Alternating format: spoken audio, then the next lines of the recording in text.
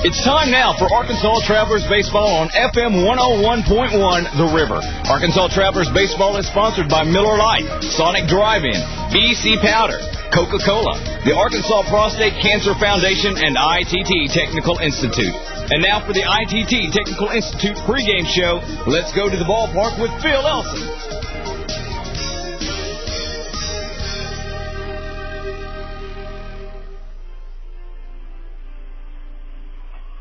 Live from Tulsa, Travelers Baseball is on the air.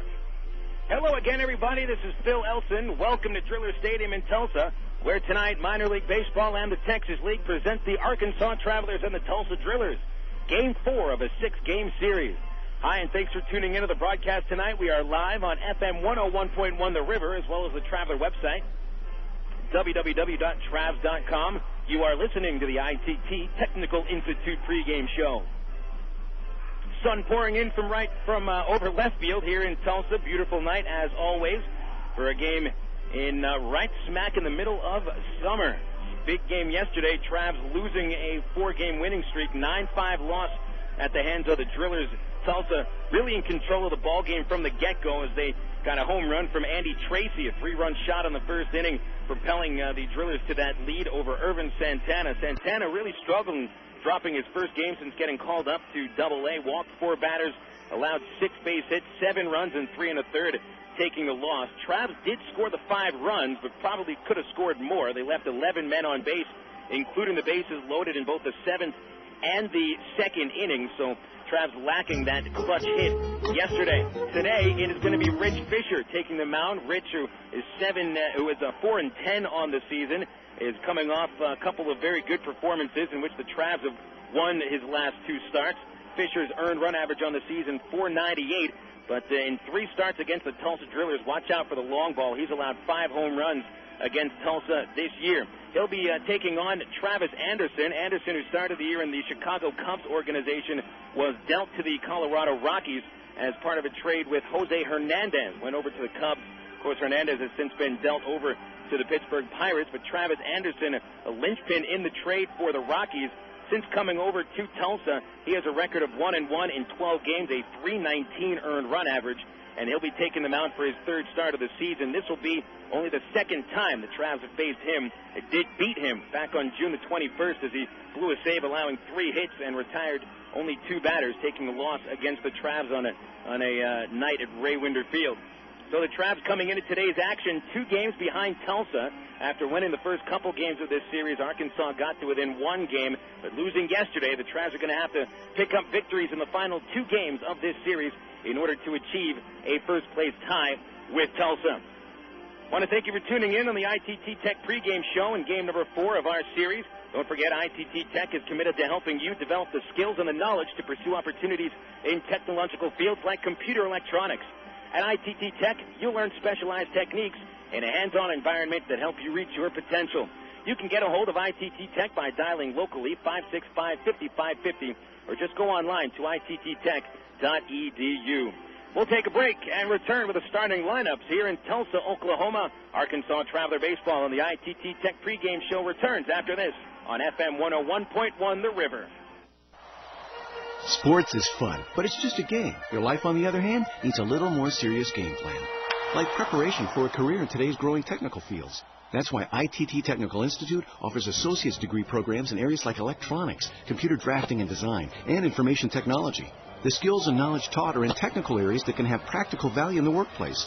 For more information on ITT Tech, call 565-5550 today, or find us on the web at itt-tech.edu. Miller time. It's time to tuck the sun in and give it a goodnight kiss. Miller time. It's time to put the 9 to 5 back on the shelf. Miller time.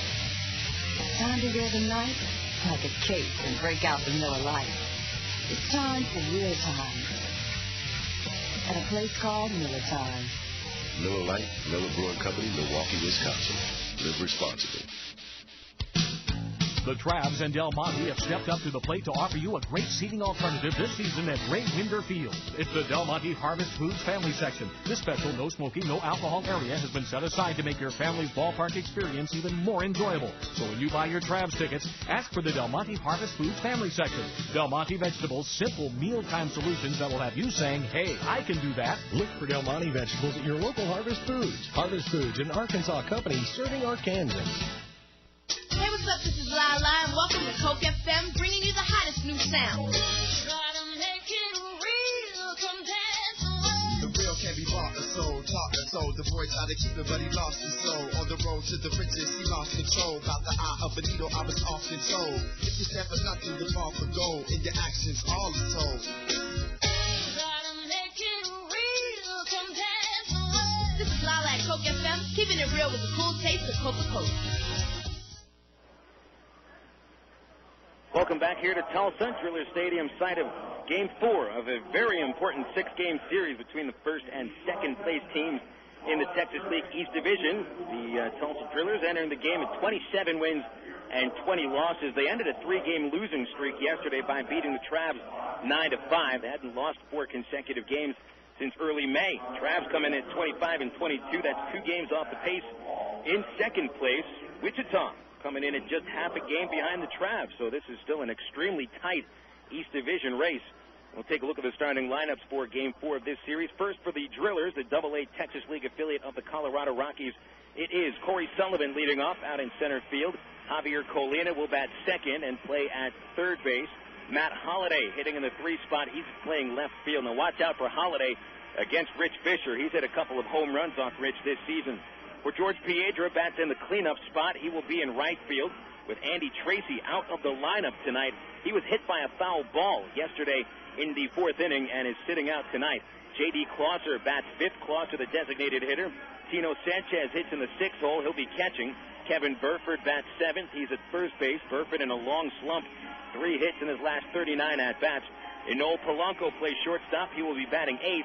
And batting 9th at second base is Jack Joffrion.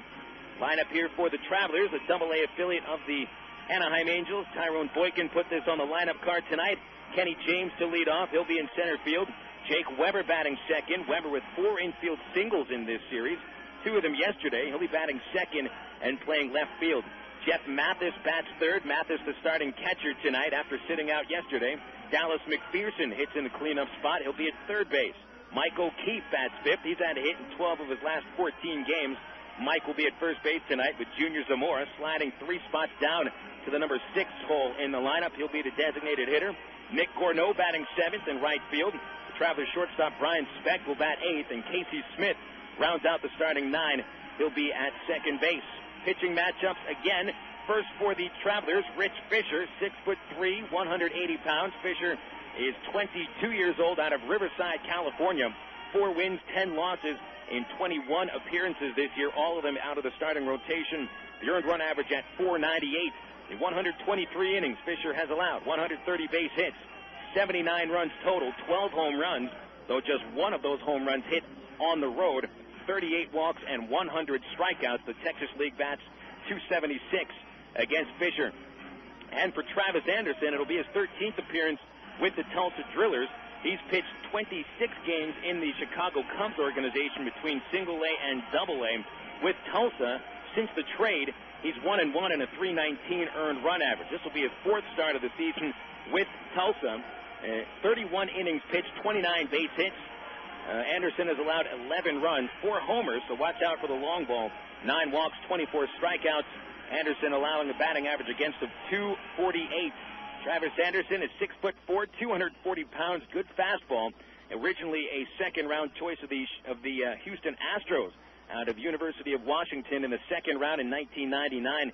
Since then, he has been traded twice, from the Astros to the Cubs in a trade that involved Tom Gordon going over to the Astros, and also just traded this year from the Cubs to the Rockies, dealt in part for Jose Hernandez. It's been a couple big leaguers that Anderson has been involved in trades for. So Anderson certainly does have a big upside to him, a big kid that throws hard, and watch out for him tonight. We've only faced him a couple of times, and don't really know all that much about Travis Anderson, except that he's been traded more than most players are over the course of a 4-year professional career. So those are your starting lineups. We'll take another break on the ITT Tech pregame show and return with a look at yesterday's Texas League action on the Southwest Airlines out-of-town scoreboard. You're listening to Arkansas Traveler Baseball on FM 101.1 The River. It's toaster time anytime this month at Sonic, because Sonic offers their full menu all day. Choose from our chicken club toaster sandwich, our bacon cheddar burger toaster, or our 3 breakfast toaster sandwiches, made with egg, cheese, and your choice of sausage, bacon, or ham. All on thick, delicious Texas toast and made after you order it. So now when you drive into Sonic, you can get a toaster sandwich for breakfast, lunch, or dinner. Whatever you want, whenever you want. Only at Sonic. The biggest event of the baseball season is back. The Arkansas Travelers present Clunker Car Night. Tuesday, August 12th at Ray Winder Field. More cars than ever before will be handed out to lucky fans. In fact, there will be a used car given away every single inning. Stop by and pick up special $2 tickets at any of these locations. Chenal Parkway Buick, Watney Chevrolet, North Point Nissan, Bale Honda, and Landers Ford North. But wait, there's even more $2 tickets at Russell Chevrolet, Little Rock Dodge, North Point Ford, Range Chevrolet, Sherwood Pontiac, Northland Hyundai, Riverside Acura, North Point Toyota, Pinnacle Ford, Fox 16, Kickin' Country, and Magic 105.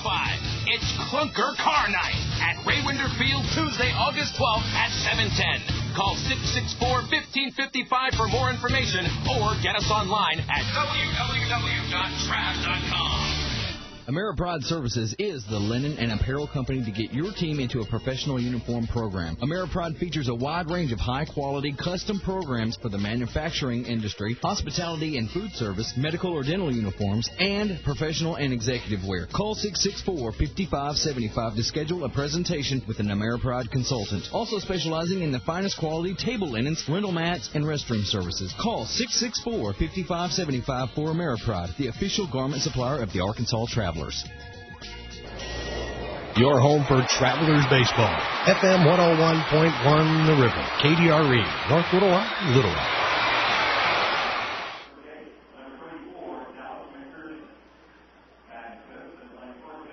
Welcome back to Tulsa here at Driller Stadium. Phil Elson joining you on the ITT Technical Institute pregame show. Game 4 of a 6-game series out in Tulsa. This will finish the season series between the Travs and the Tulsa Drillers. Arkansas leading the season series 12 games to 11. Of course, that can always come into play if the teams finish tied for first place in the East Division. The season records against each other will certainly come into play in the tiebreaker. Let's check out what happened yesterday in the Texas League. There was some action in Frisco. The Rough Riders ended a 5-game losing streak by beating Wichita 8-5. Pretty balanced attack by the Rough Riders. All starters except for one had a base hit for the Rough Riders. Drew Meyer and Jason Bourgeois, each with a 3-hit night, as well as Andrew Beinbrink.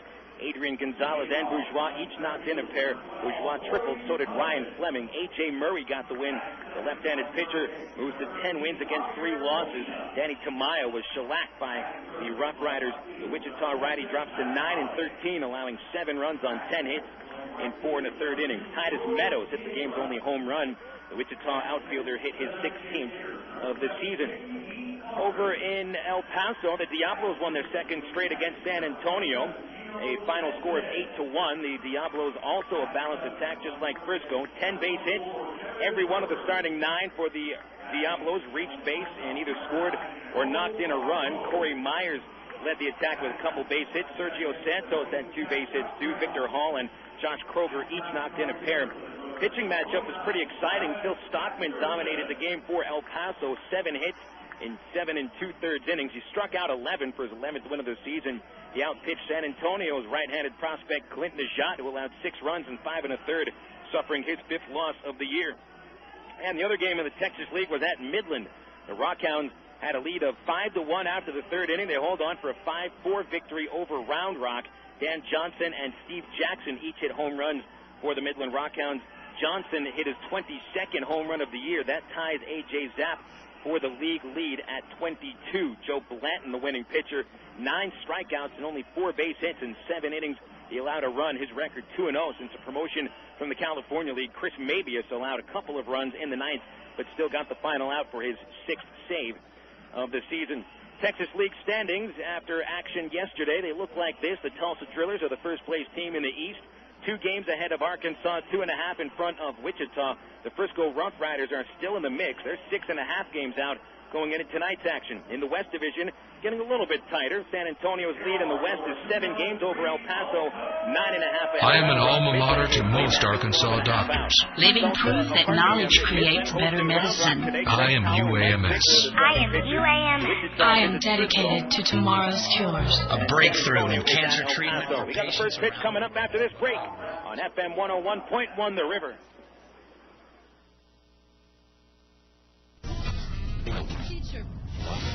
Hey, you. Me? Yeah, you, the one driving. My radio is really talking to me. Listen, you like to eat, don't you? Do I like to eat? Can you hear the words coming out of my mouth? Yes, do you like to eat? Well, of course I do. Good. You're catching on. Look, do yourself a favor. Drive past that Fat Burger drive-thru you were just looking at. Go to the grocery store, walk directly to the packaged deli cakes. Pick up a package of Land of Frost luncheon meats. Get something your stomach will appreciate for a change. Okay, I'm listening. Oh, now you're listening. Believe me, it doesn't get any better than a mile-high sandwich made from the savory sliced luncheon meats from Land of Frost. Made right here in Arkansas. Honey smoked ham, oven roasted, or smoked turkey breast. Absolutely delicious. Hey, where are you going? I wasn't through talking. It's time for a Land of Frost lunch. Find Land of Frost brand luncheon meats, including the premium brand 1-pound value pack and new delicious Dagwood brand at your local grocery store.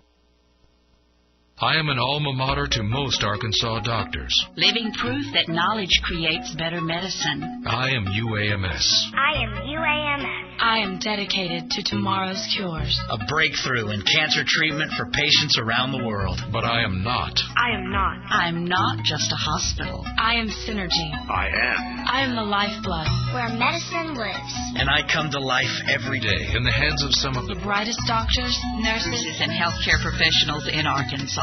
Since 1879, UAMS has been dedicated to making a difference in the lives of Arkansans. A world-renowned level of care, providing cutting-edge discoveries, highly specialized and advanced treatments, committed to the very best in patient care and educating the state's brightest young minds. A voice that represents the foundation and the future of healthcare in Arkansas. UAMS, the University of Arkansas for Medical Sciences, where medicine lives. Visit uams.edu. Fans, if you haven't been to an Arkansas Travelers game lately, you don't know what you're missing. Shedspread Country Crock invites you and your family to get out and see the Travs. You can bring the whole family for Country Crock Family Thursday. Travelers fans who bring an original cash register receipt showing purchase of any Shedspread Country Crock product will receive up to 6 free admissions for any Thursday home game. Hurry! This offer ends August 14th. Offer subject to ticket availability. Country Crock, bring it home. Time for baseball on a Friday night in Tulsa. The sun shining high from the third base seats. And the Drillers are out on the field. They're getting set for the first pitch of the ball game to be thrown by Travis Anderson. Phil Elson here with you on the broadcast. Game 4 of our series. Travs have taken 2 of the first 3. And that means they've gained a game. So even with a loss yesterday, still things looking pretty positive. And 2 games out. 23 games left to go. So these last 2 games against Tulsa are extremely important. They are the final games the Travs play against Tulsa. Those are the last time that they can actually do the picking up on the Drillers and gaining on them themselves. Otherwise, it's going to be up to the Round Rock Express and the San Antonio Missions, as well as the Wichita Wranglers, the teams that said that Tulsa will play in their final 20 games of the season in order to help the Travs gain some ground and maybe get over them into first place. Travs win 2 in a row. They tie Tulsa for first place before heading into Little Rock for the 8-game homestand coming up starting on Monday. All right, we're ready here. Travis Anderson finished with the warm-ups, and Kenny James will stride up to the plate. Kenny James, Jake Weber, Jeff Mathis will be batting against Anderson. 6'4", 240 pounds. Anderson's a big boy out of Bellevue, Washington, 25 years old. He's now spending time with his 3rd major league organization in a 5-year career. Signed by the Astros as a second-round pick out of Washington in '99, traded to the Cubs at the beginning of this season, and now he's over with the Rockies after getting dealt in May. There's a pitch outside to start off the game for James. And that first pitch came at 7:05, right on the dot. James swinging left-handed, swinging a miss, strike one. Kenny, a 277 average. I was waiting for the temperature from the official scorer here. 95 degrees at start time. The wind blowing in from center field. A huge American flag, dead past center field, blowing in a little bit towards the third base seats. Kenny ground ball to second base, and that's Jack Joffrone with the play in the flip to first, one away. Kenny had that 5-hit game in the marathon win on Wednesday night, and is 1 for 6 ever since that after this ground out. That'll bring up Jake Weber. The rest of the vital stats on Anderson. Mentioned he was a second-round pick by the Astros. Spent the first 4 years of his career with Houston. Got up to single-A Lexington. 19 and 28 record coming into this year. Jake Weber chops the very first pitch high on the ground to the first baseman Kevin Burford. An easy play as he was standing at the back to accept the ground ball, and there's 2 away on just 4 pitches. Jeff Mathis is up next. Let's set the fielders behind Anderson. There's Matt Holliday in left, Cory Sullivan in center field. George Piedra is the right fielder. He's got a strong arm. Javier Colina at third base, and Old Polanco at short, Jack Joffrone at second, and Burford at first. The catcher is Tino Sanchez. Mathis, right-handed catcher, takes the first pitch outside for a ball. Umpiring was certainly a focus of the game last night. Ronnie Galloway behind the plate and very inconsistent strike zone. He's at third base tonight. Angel Campos to the home plate umpire, and Todd Titchener, the crew chief, at first. There's a fastball high to Mathis, 2-0. Mathis 4 for 16 in his time spent with the Travs. Tonight his 5th game since the promotion from single-A Rancho Cucamonga. 2-0 from Anderson. Slider swing and a miss. Nice pitch, 2-1. And Jeff, a couple days ago in that 13-inning affair, showed a little bit of a problem against curveballs and sliders. Struck out twice and went 0 for 5 with 1 walk. The 2-1, same pitch, swing and a miss. There's the breaking ball, 2-2. Nice sharp slider by Anderson. Not much of a book on Anderson. This is just his 13th appearance in the Texas League and the second time the Travs have faced him. He's been coming from the bullpen. First 2 games against Arkansas. Split-fingered pitch in the dirt. Now it runs full on Mathis. Dallas McPherson is on deck. Anderson, 1 win, 1 loss in 12 games with Tulsa. The earned run average at .319. .248 batting average against. He has allowed 4 home runs. Mathis swing and a pop-up out of play on the first base side. And that'll keep the count full 3-2. Picture-perfect night here in Tulsa. Not even nighttime yet. It does not feel extremely hot. Not incredibly humid. And that nice breeze coming in from center. Certainly cool off the fans and the players. 3-2 pitch. Swing and a miss. Mathis having trouble with that slider as Travis Anderson strikes him out to end a perfect first inning. So the Travs go down quietly in the top half of the first. We'll see what the Drillers bring to the bottom of the first inning after this break on FM 101.1 The River. Corporate CEOs. Looks like all those accounting shenanigans to make your company look profitable weren't such a great idea. Well, all you had to do was stay at Motel 6. While you don't get the thrill of cooking those books, you do get a clean, comfortable room for the lowest price of any national chain. Of course, the other methods will get you your room, too, but it has bars on it, and you're not allowed to leave. I'm Tom Bodette from Motel 6, and we'll leave the light on for you. And Accor Hotel. Currently, there are more than 80,000 people on the National Organ Transplant waiting list, and more than 300 of them are from Arkansas. Every 16 minutes, another name is added to that list, and every 82 minutes, someone dies while waiting for a life-saving organ. When you're an organ donor, you're giving someone else a chance to live, which is truly the most precious gift. The Arkansas Regional Organ Recovery Agency hopes you will step up to the plate and talk to your family about organ and tissue donation. For more information, call Aurora, 866-660-5433, or visit the website at aurora.org. Good morning. Good morning. Welcome to this focus group. What a lovely bunch. Are you sure they can't see us behind this window? There's a mirror on the other side, genius. Hey, chill out. What, are you nervous or something? No, everybody loves us. We're the phone company. Now, tell me, which directory do you use? Yellow Book or the other book? Yellow Book. Yellow Book. And you, miss? Yellow Book. That's where I found my plastic surgeon. They're picking the wrong book. What if Yellow Book starts to advertise? More people choose Yellow Book, not the other book. Call 1-800-YB-YELLOW.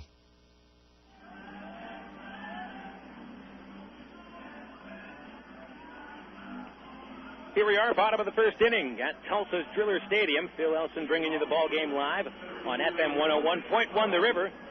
Travs went down 1-2-3 in the top of the first inning. So Arkansas starting pitcher Rich Fisher takes them out with a scoreless game in the bottom of the first. Cory Sullivan, Javier Colina, and Matt Holliday will lead it off against Fisher. And Sullivan to step up first. The only man I've ever heard with techno music as introduction. That might say a little bit where Cory hangs out after the games on occasion. Might get out to those rave clubs and then bring the music back here to the ballpark. First pitch hit on the ground to third. Nice play by Dallas McPherson playing in and overthrows first base for an error. Well, Dallas made a good play smothering that hard ground ball. He really didn't have much time to react. And he took his time on the throw to first base, just unleashed it a little too high. Not a very good way to start the ball game on a throwing error, especially after the Travs committed 3 errors yesterday that led to a few runs.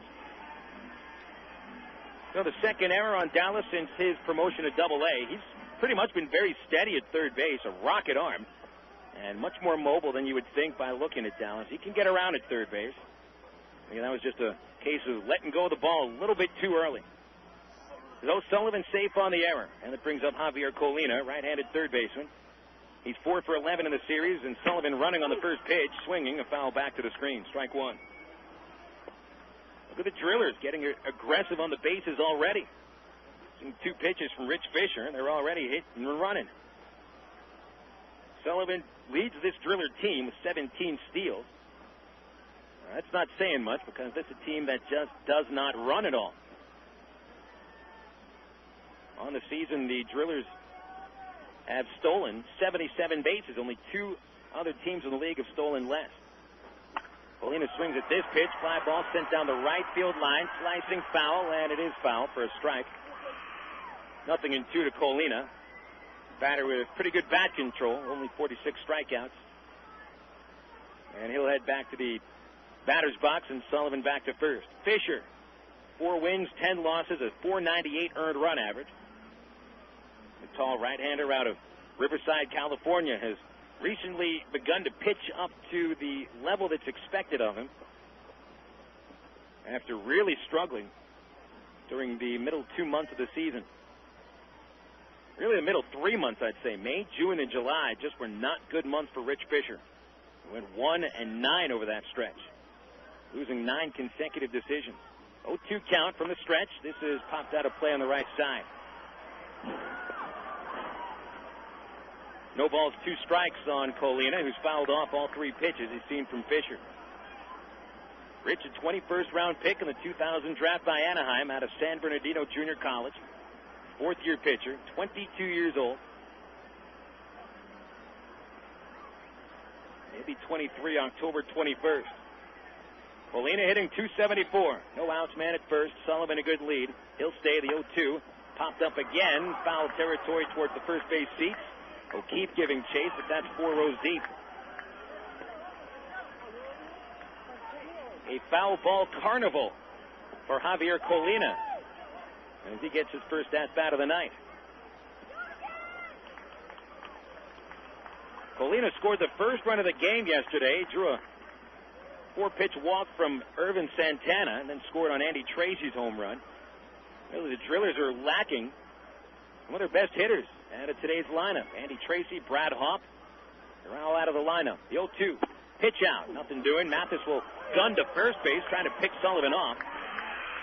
And he got back in there safely. Not a bad idea by Mathis. Sullivan was leaning the wrong way. Cory certainly has the Travs thinking here in the bottom of the first inning.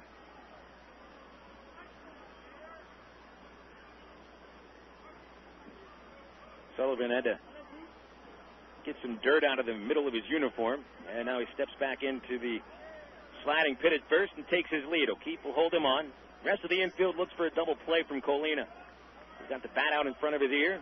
Fisher throws to first, and Sullivan dives in. He's safe.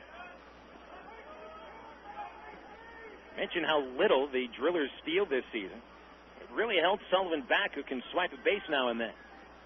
Came into this season with 39 steals in 2 years, and he's only taken off about 20 times this year. 1 ball, 2 strikes on Colina. Fisher throws to first base again, and this time Sullivan back in standing up.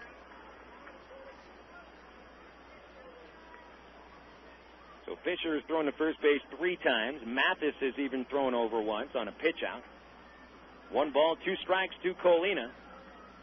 And the team that scored the first run in each game this series has gone on for a win. Another throw to first by Fisher, and he'll draw the wrath of the crowd at Driller Stadium. And they're still coming in. Large ballpark. The stands extend all the way from the right field corner to the left field corner. No seats past the outfield fence. Giant scoreboard in right center field.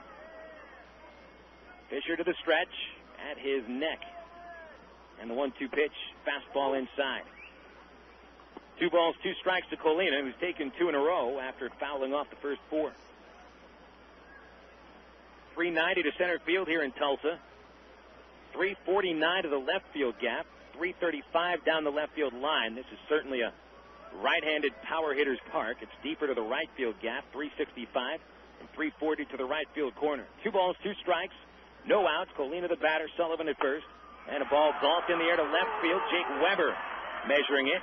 15 feet in front of the warning track. Weber has it close to the line. And there's 1 away. Colina golfed that new curveball that Rich Fisher's been throwing this season. Never saw him throw a curveball until the end of last year, maybe his last start. And he's really only started to use it on a consistent basis over the last month. Curveball is an outstanding pitch for Rich to have. Complements a hard slider and the fastball in the low 90s. Rich has lost a little bit of zip on the fastball this year. Been throwing about 92, 93. Matt Holliday stands in. He's had good success against Fish this season. Right-handed batter. And a first pitch strike at the knees, 0-1. No score, bottom of the first in Tulsa. Game 4 of a 6-game series. These wacky 6-game series that actually used to be the norm in the Texas League.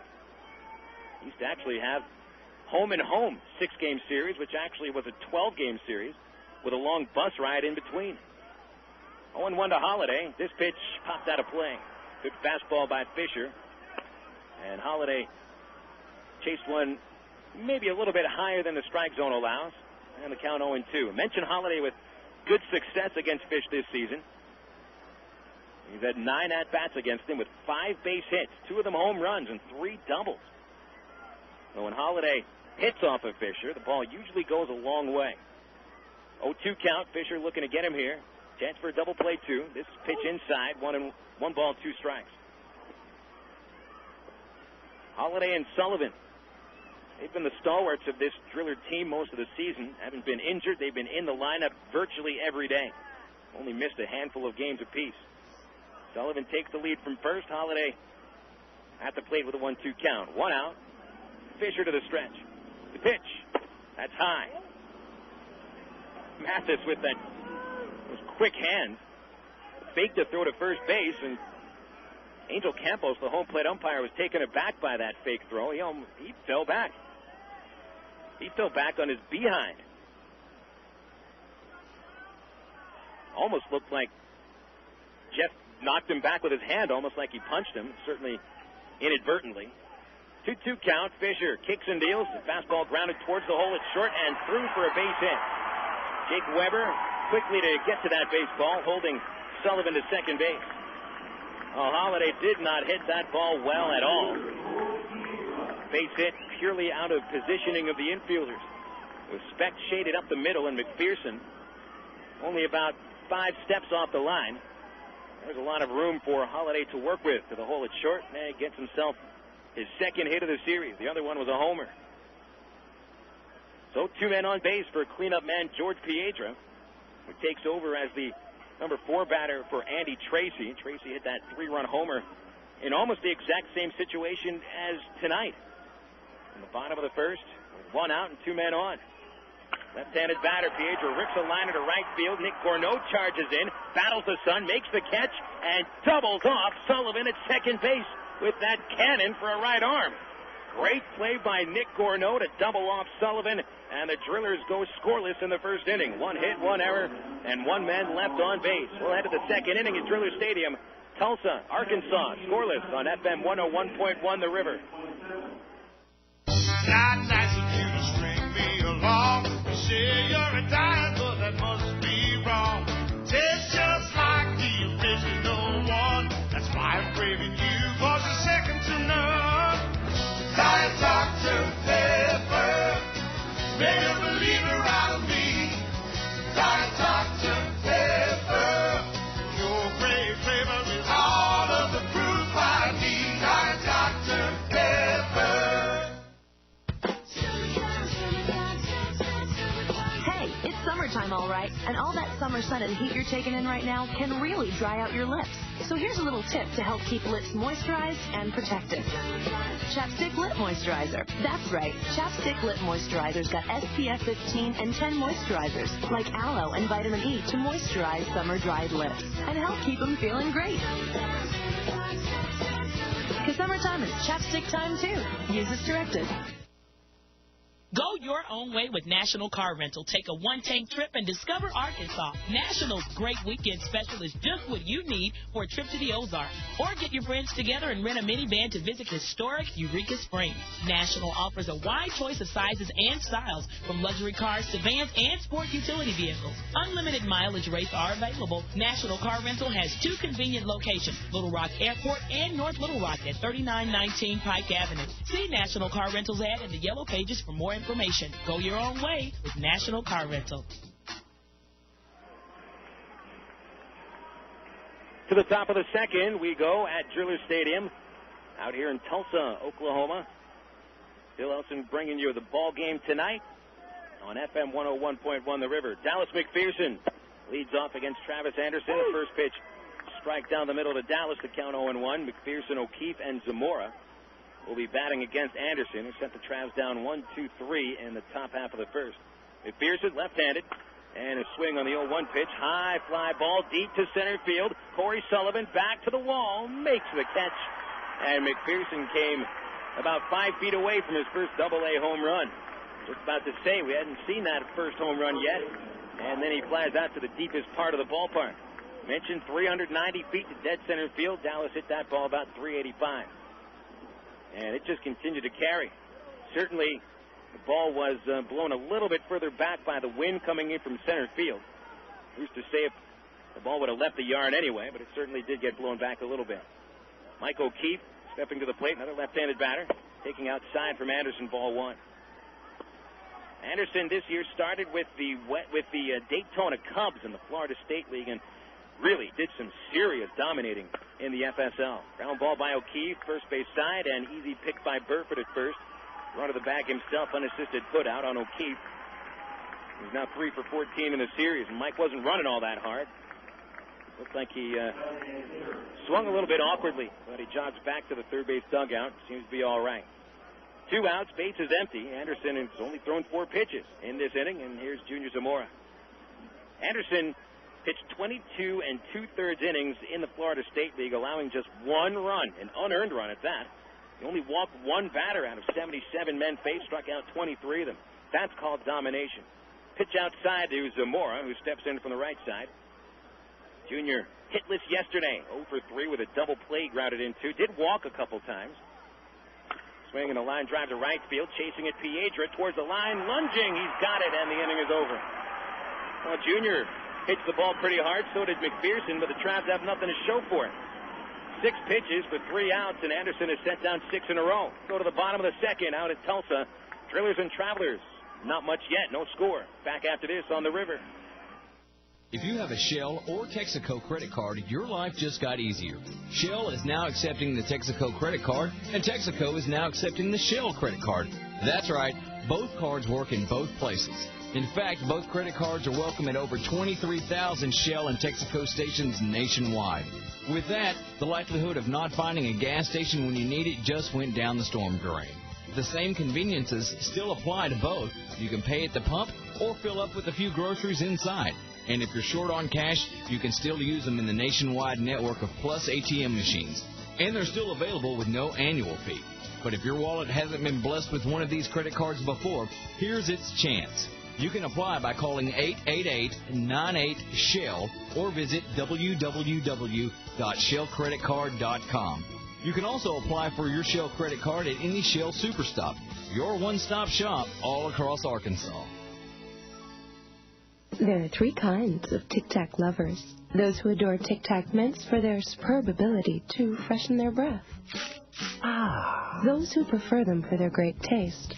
And then there are those who love them because they do it all. Tic Tac. It's not just because they taste great, and it's not just because they freshen your breath. It's because they do both that they're amazing. It's not just a mint, it's a Tic Tac.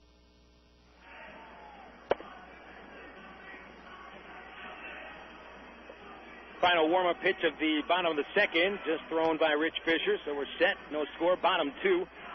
The Travs did a little bit of hitting last inning, but still nothing to show for it. Dallas McPherson flying out to the wall in center, and Junior Zamora lines out to right field, and a good lunging catch by the Driller right fielder George Piedra. J.D. Clauser will lead it off in the second inning for the Drillers, the hip-hop designated hitter. Clauser, a switch hitter, usually plays as the catcher, but he's DHing for the second night in a row. Had an RBI triple yesterday among 3 at-bats. He also walked. Wide open stance J.D. has. Fisher, right-hander, winds and deals. Fastball, a strike at the letters, 0-1. Clauser, Tino Sanchez, and Kevin Burford will be batting left-handed against Fisher. Sanchez also a switchy.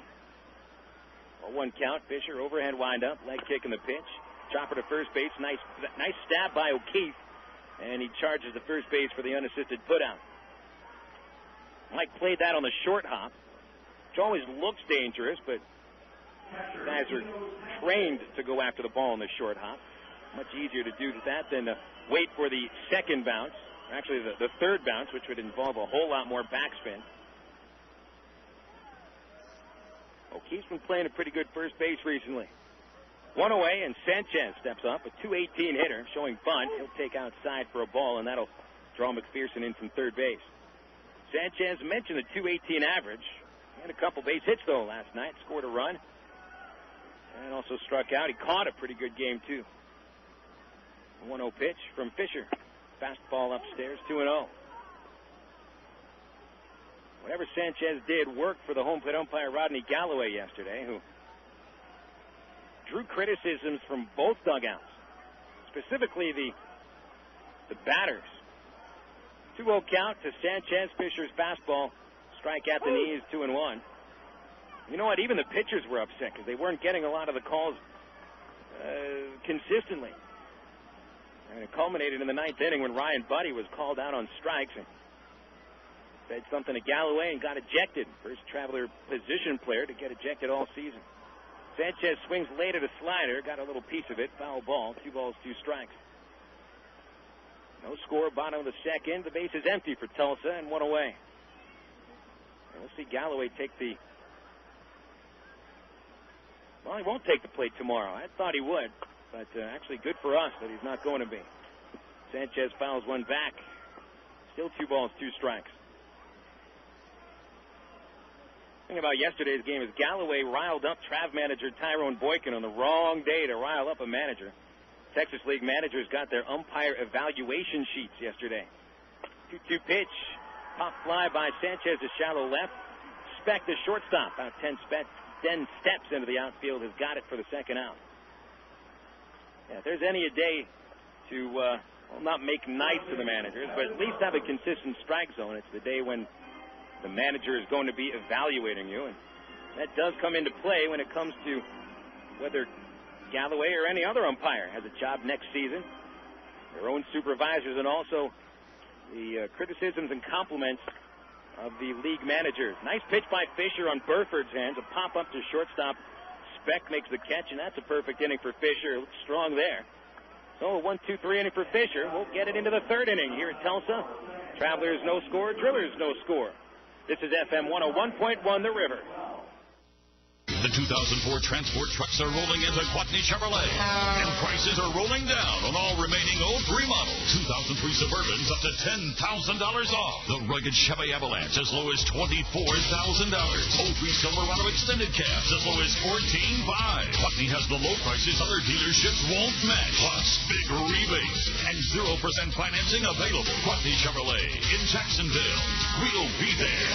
With approved credit, see dealer for details. Miller Lite. Miller time. It's time to grab the fellas and hit defrost. Great tasting Miller Lite. Time to melt cold shoulders.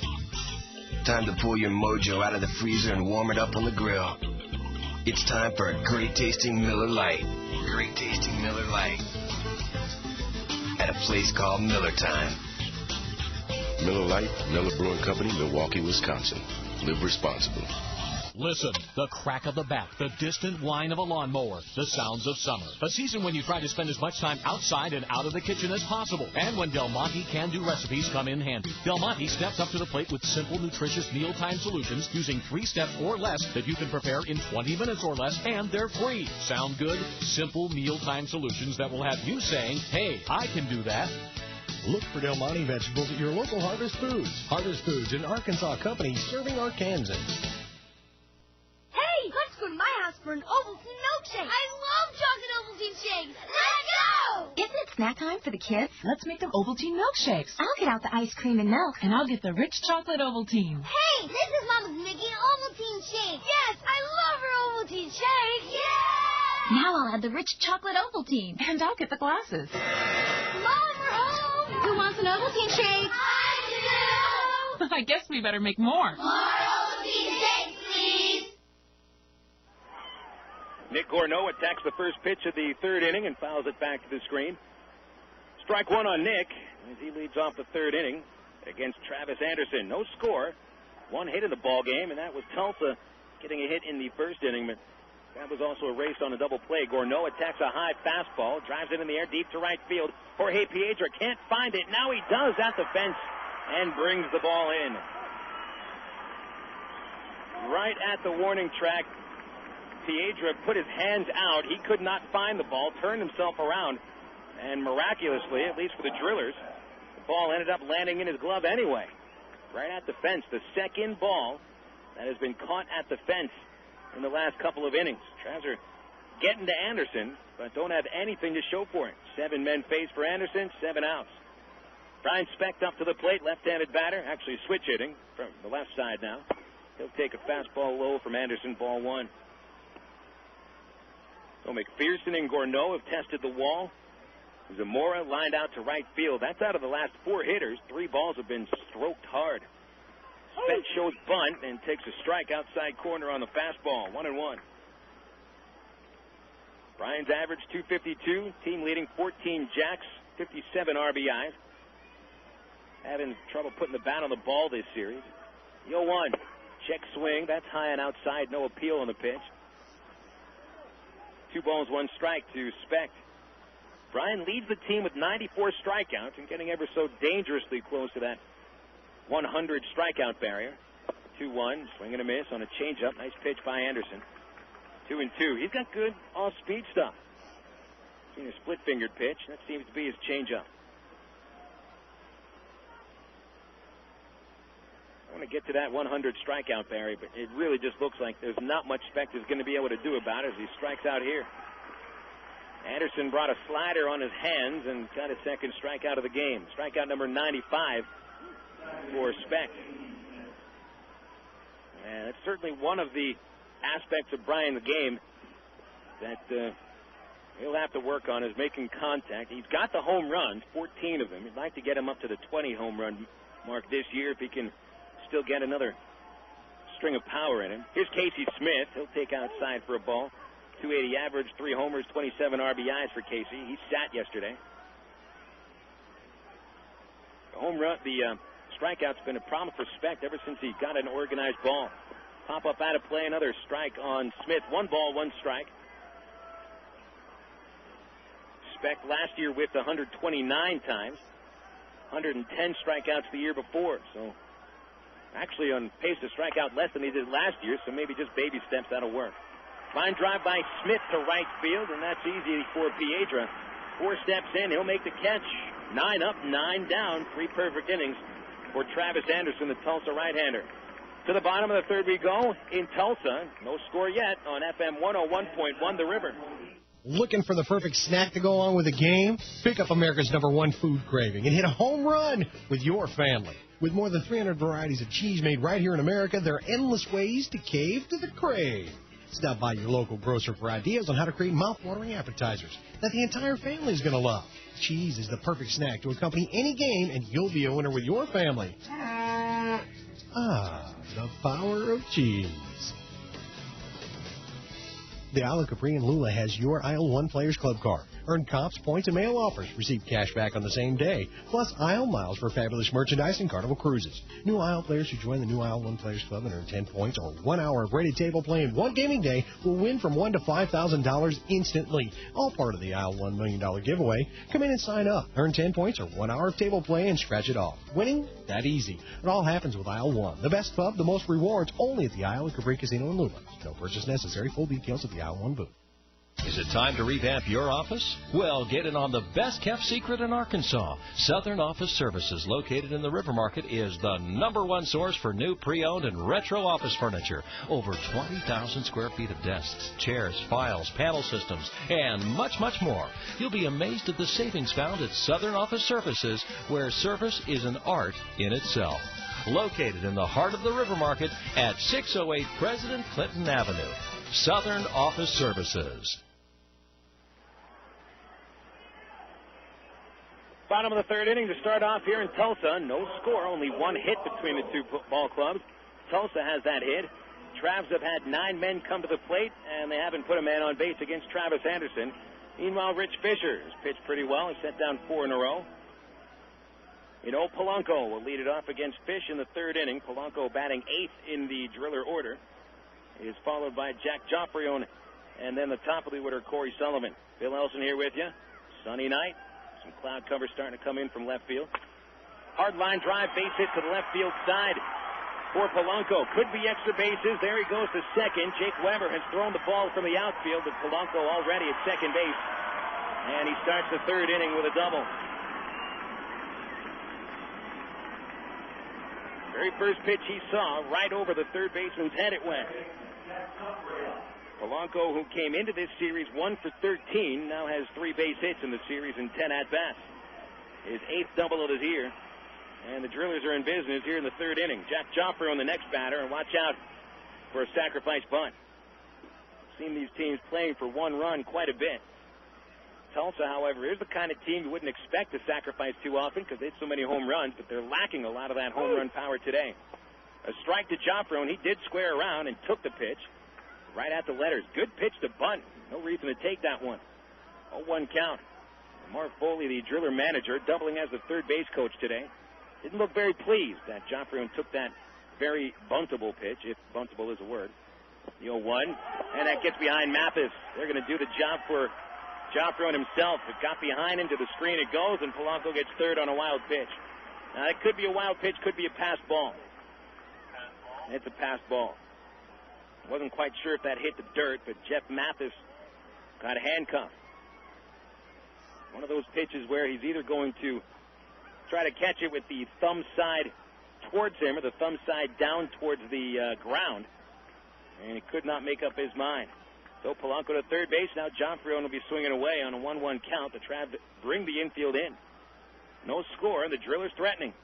Joffre on a 3-0-4 hitter, right-handed. 1-1, chop towards second base. Smith bobbles it once. Runner holds at third. And the out at first on a little flip. 1 gone. So Tulsa plays it safe, not sending Polanco on contact. And if he was running on contact, he probably scores since Casey Smith bobbled the ball. But he did stay in front of it, made sure he got the one out.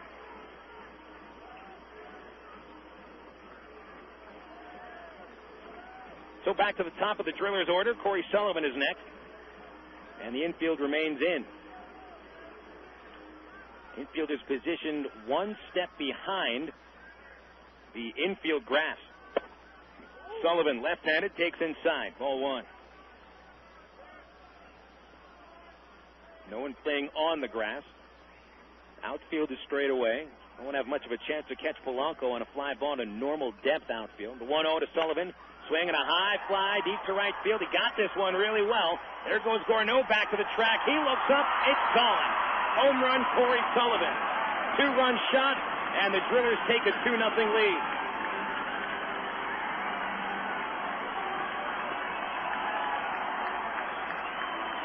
So much for focusing on just bringing Polanco in. Sullivan drives in himself, his 5th home run. RBIs 57 and 58. Fisher left the pitch right at the knees. That's where Sullivan likes it. He's got an uppercut swing.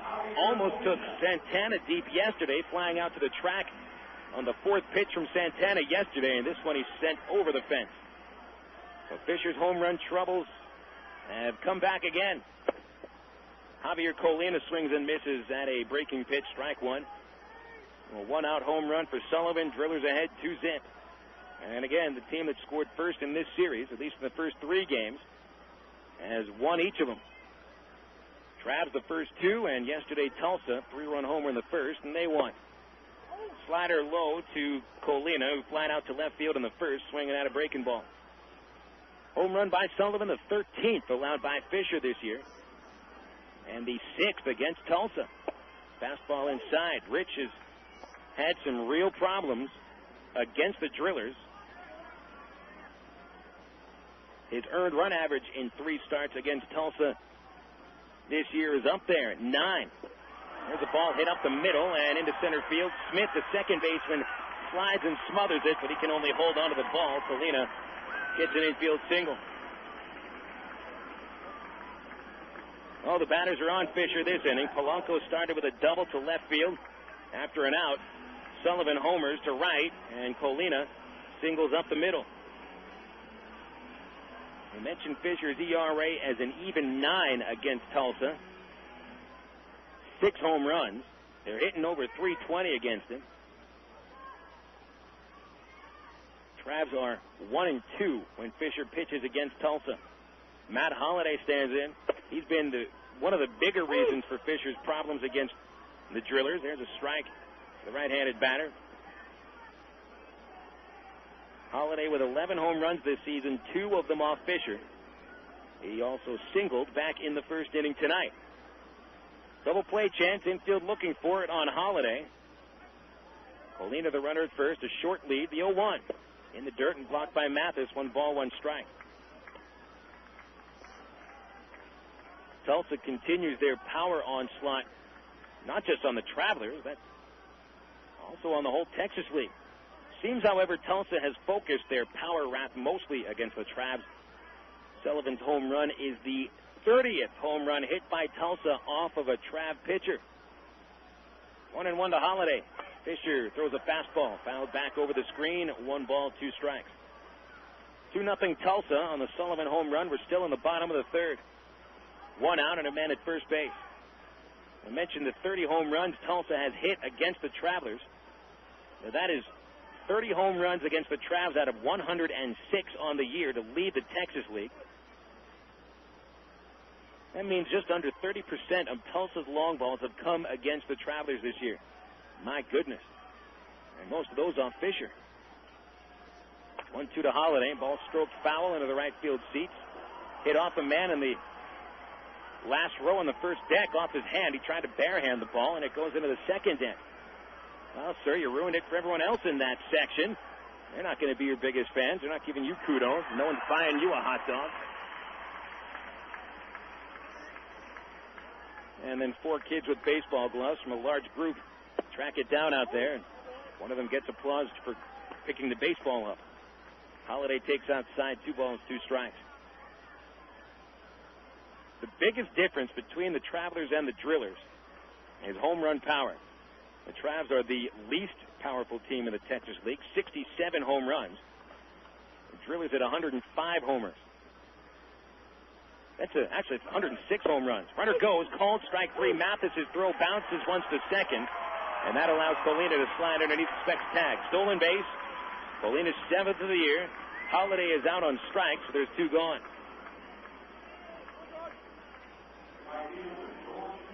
Folks, the Drillers have hit, let's see, 39 home runs more than the Travelers have this year. Just about the same amount of games.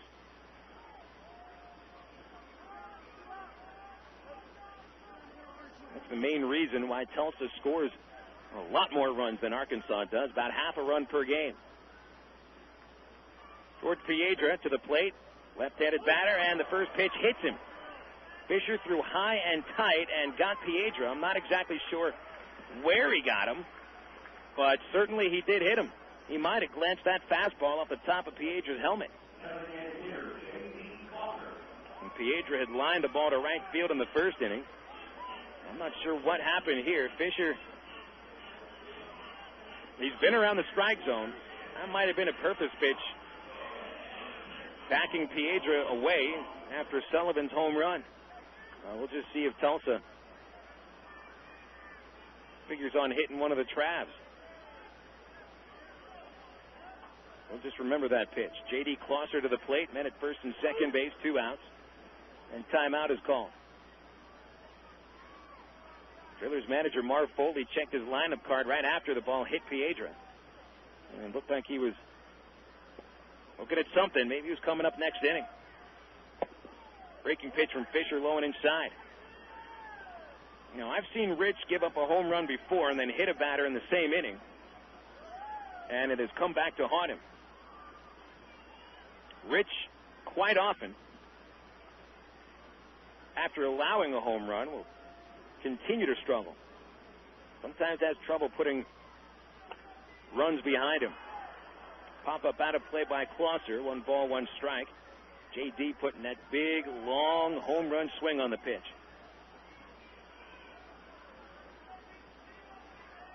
Closser, short and stocky, good power built into a 5'10" frame. Big swing and very strong arms, especially in the forearms. 1-1 pitch from Fisher, hit on the ground, right side, fair ball, foul ball, pardon me. First base umpire Titchener calls it foul as it hugged the line. Closser thought that was fair.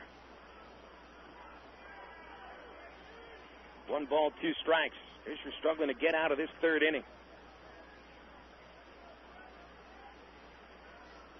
He's allowed 3 base hits in the inning, 1 home run. He's hit a man, and it's fallen behind in the game 2-0. Closser back to the plate. Trav right side of the infield, playing very deep. Playing for Closser to pull the ball. Here's a pop-up right side of the infield, foul territory. O'Keefe over to the fence, runs out of room. 7 rows into the stands. Still 1-2 on Closser. Big crowd tonight. They gave away notebooks to kids when they came back in to the ballpark today. Travs have their own back-to-school promotion coming up next homestand. Saturday, August 16th, a Saturday doubleheader. Backpacks given away to the first 750 paid kids. It's courtesy of Sonic and Dr. Pepper. The kids really like back-to-school promotions. Let's think about that a minute. The 1-2 pitch popped out of play. You won't find many kids, I think, that are all that fired up about going back to school. Yeah, they're excited about going to see their friends again. But after that first day, when you've already answered the question, what did you do this summer, about 80 times, that second day of school, when the teachers force you to do work again, you'd rather it be summer. Closser swinging a miss on a breaking ball. He's gone, and the Drillers are finished in the third inning. But Tulsa takes the lead on a 2-run homer by Cory Sullivan. They hit Fisher for 3 hits, left 2 men on base. 2-0 Tulsa after 3 innings. We go to the 4th on FM 101.1 The River. Warmer days are moving in. Get moving on your tan. Look good and feel great with a healthy, glowing tan from Advanced Sun Systems. Advanced Sun Systems has 4 levels of tanning to suit you and unlimited tanning packages that start at $20 a month with a one-time enrollment fee. Advanced Sun Systems also has the hottest swimwear and beachwear with colors and styles you won't find anywhere else. It's summer year-round at Advanced Sun Systems, located on Chenal Parkway, Maumelle, and the North Little Rock location that offers the incredible UV-free Mystic Tan. Make your appointment today at Advanced Sun Systems and get ready for the ultimate tanning experience. Synonymous. Words alike in significance and meaning, like summer and baseball. Baseball and Ray Winder Field. Ray Winder Field and hot dogs. Hot dogs and Coca-Cola. Yes, Coke is joining the Travs All-Star lineup this summer right alongside the future Anaheim Angels wearing the Travelers uniform. Enjoy the best value in family entertainment in Central Arkansas. Ray Winder Field, the Arkansas Travelers, and Coke. 3 summer classics. Call 664-1555 or visit our website at travs.com. It's toaster time anytime this month at Sonic, because Sonic offers their full menu all day. Choose from our Chicken Club Toaster Sandwich, our Bacon Cheddar Burger Toaster, or our 3 Breakfast Toaster Sandwiches, made with egg, cheese, and your choice of sausage, bacon, or ham. All on thick, delicious Texas toast and made after you order it. So now when you drive into Sonic, you can get a toaster sandwich for breakfast, lunch, or dinner. Whatever you want, whenever you want. Only at Sonic.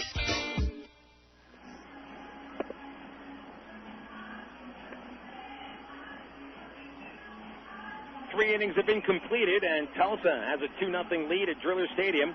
Phil Elson bringing the ball game live tonight, FM 101.1 The River, your site for Trav baseball all season. We're tape delayed tomorrow night as the Twisters have their playoff game, and we'll be bringing you the ball game tape delayed immediately following the football game on the river. If you want to tune into the ball game live, you can get it on the internet at www.travs.com. Travs.com is also the #1 portal on the internet for all Travs merchandise, tickets, and information. It's simple to get to, simple to use. www.travs.com. Top of the 4th, Kenny James to step in against Travis Anderson, who's faced 9 batters. He's retired them all. 2 strikeouts, 2 balls hit to the wall. James tries to bunt on and pops it up way behind the press box for a strike. Now, Anderson has given up 3 balls, actually 4 of them that have been roped. Well, 2 high flies that were caught at the fence, and 2 line drives caught by the right fielder, Piedra, and a lot of deep fly balls. See if they can get him a little deeper here. James taking a pitch outside, 1-1. Kenny, followed by Jake Weber and Jeff Mathis, as the Travs look to get to Travis Anderson. Lined up the 1-1.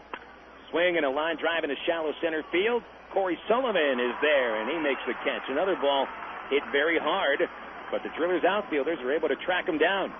1 gone, and that's 10 in a row for Anderson to start tonight's game.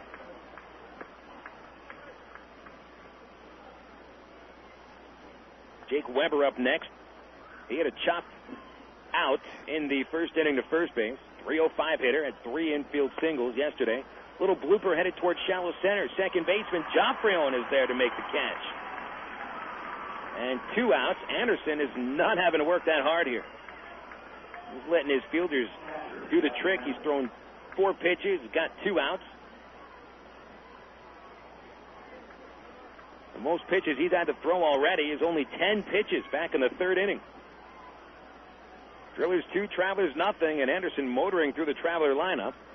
Jeff Mathis to the plate. 2 outs, bases empty. Here comes a fastball outside, 1-0. You should anticipate some sliders and curveballs from Anderson to Mathis. That's what he struck him out on in the first. There's a slider, swing and a miss, strike 1. That looks like a very, very difficult pitch to pick up out of the hand. Can't blame Mathis for missing a pitch that it looks almost unhittable if he's throwing it the way he needs to. 1-1 from Anderson high. 2 balls and a strike. I mentioned Anderson was a reliever in Daytona, dominated the Florida State League, had some troubles in West Tennessee in the Southern League.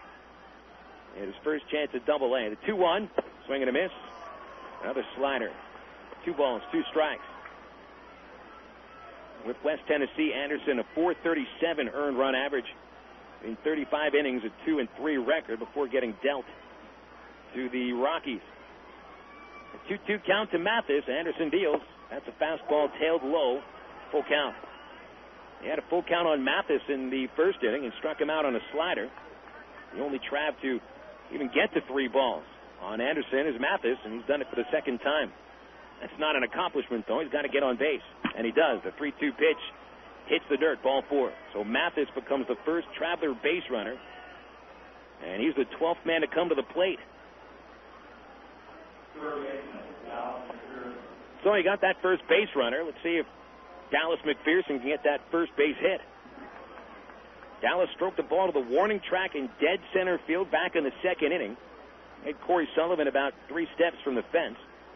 And the big left-hander steps to the plate. 2-0 Tulsa, top 4, 2 outs.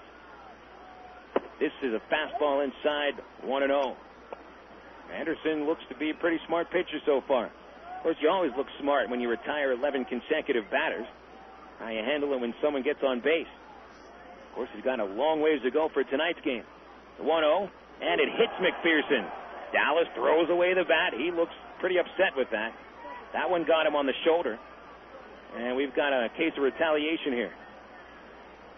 There's no doubt at all. Anderson retaliating for Rich Fisher, who plunked Driller right fielder Jorge Piedra last inning.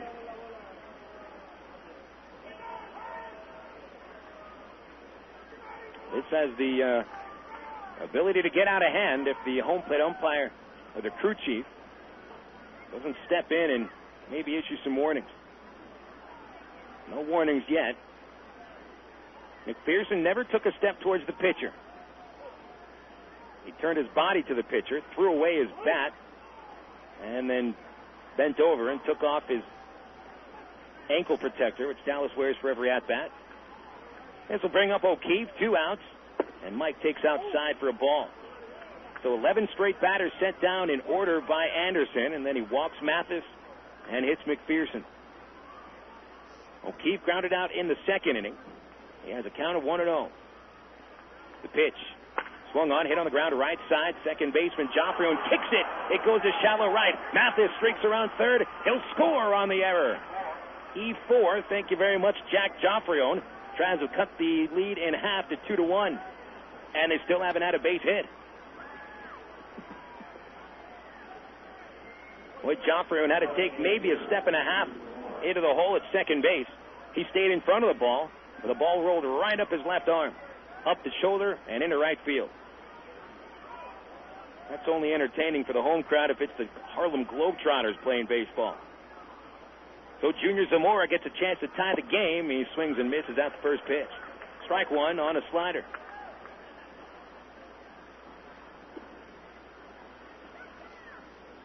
The error on Joffrion allows an unearned run.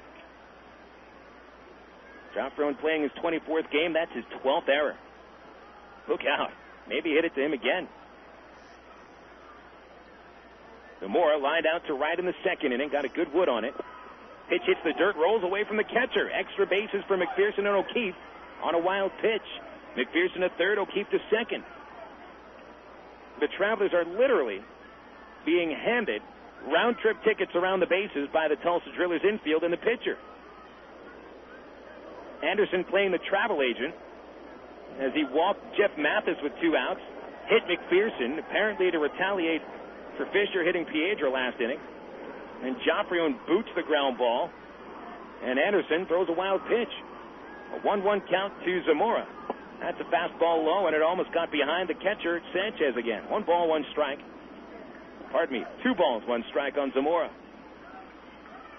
Junior, 294 hitter, 7 homers, 41 RBI. Started the series with 4 base hits in Tuesday's victory. He's gone 2 for 11 since. There's a swing and a miss on an off-speed pitch. That was right on Junior's hands. 2 balls, 2 strikes. But the first base hit for the Travelers, if it came in the 4th inning, if that could put them ahead, which it certainly should, the infield playing back, outfield deep, so you could score both runners on a hit to the outfield. 2-2 count on Zamora, 2 outs. The pitch, he's gone on strike. Swing and a miss on a slider, and the inning is over. Well, the Travs get a gift run here in the 4th inning. 1 run, no hits, 1 error, and 2 men left on base. Going to the bottom of the 4th in Tulsa. Drillers 2, Travelers 1 on FM 101.1 The River. Well, ladies and gentlemen, the votes have been tabulated, and here are the winners. Voted Pulaski County's best barbecue, Pig and Chick Restaurant. Voted Pulaski County's best catfish, Pig and Chick Restaurant. Voted best plate lunch, once again, Pig and Chick Restaurant. And last but not least, voted best family dinner. And you guessed it, the overall winner, Pig and Chick Restaurant in Sherwood. Congratulations to Pig and Chick Restaurant, just 2 blocks south of Kiel Avenue in Sherwood.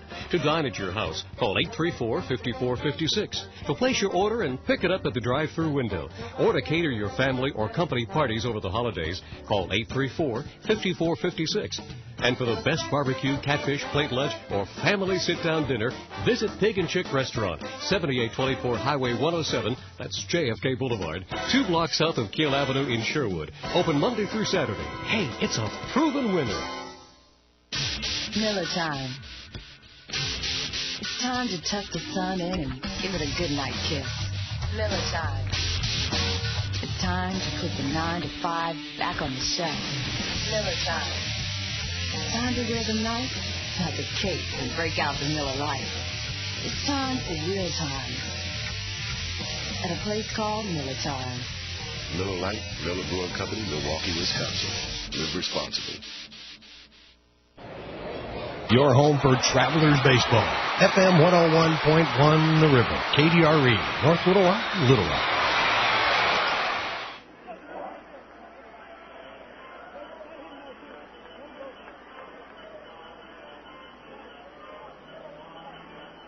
We are back in Tulsa at Drillers Stadium. Game at a 2-1 score. The Drillers leading, and the benches have both been warned here before the bottom of the 4th inning starts for the retaliation.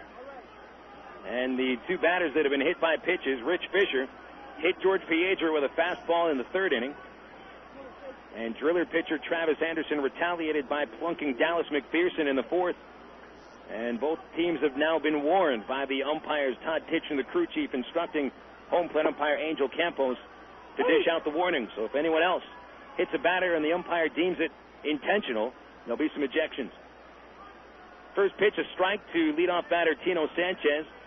And Fisher looks to rebound from a rocky 3rd inning. Blooper over shortstop, shallow center field, dropping in for a base hit. That is Sanchez with a base hit. A cheap little blooper into center field. Boy, the Drillers got a lot of those yesterday. I counted about 3 bloop singles they got between the outfielders and the infielders. And there's another one for Sanchez. His first hit, the 5th hit off of Fisher in 3+ innings. Kevin Burford is next. He popped out of the 2nd inning on a high, tight fastball. Runner goes, called strike. Mathis' throw is offline. Stolen base for Sanchez as the Drillers continue to take off. Stolen base number 3 for Sanchez in the 2nd of the game for Tulsa. And just running.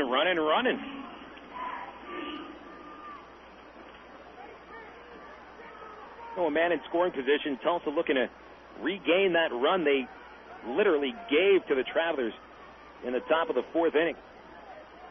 Burford left-handed on an 0-1 count. That's another fastball. Called strike outside corner, 0-2. And old Polanco is on deck after Burford, who's 3 for his last 40.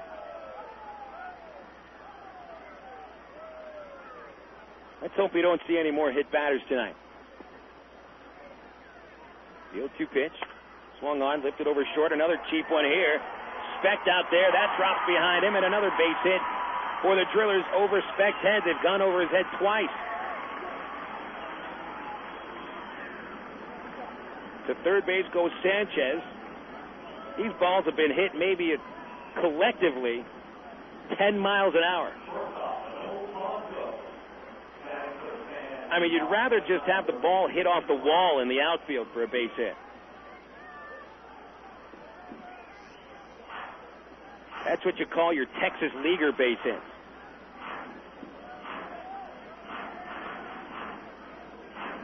So men at first and third for Polanco, and nobody out. Infield will play for 2. The karma does not feel very good right now, folks. The Drillers are getting the bounces. Throw to first base, not in time. Burford stepped back in there. Fisher and the Travs anticipate something up. Yes, the karma is not good right now, and the Travs are only able to score a run in 4 innings because of errors, wild pitches, and walks. As a pitch, a swing and a miss, and Mathis drops the ball. On to second goes Burford. Probably should be another pass ball on Jeff.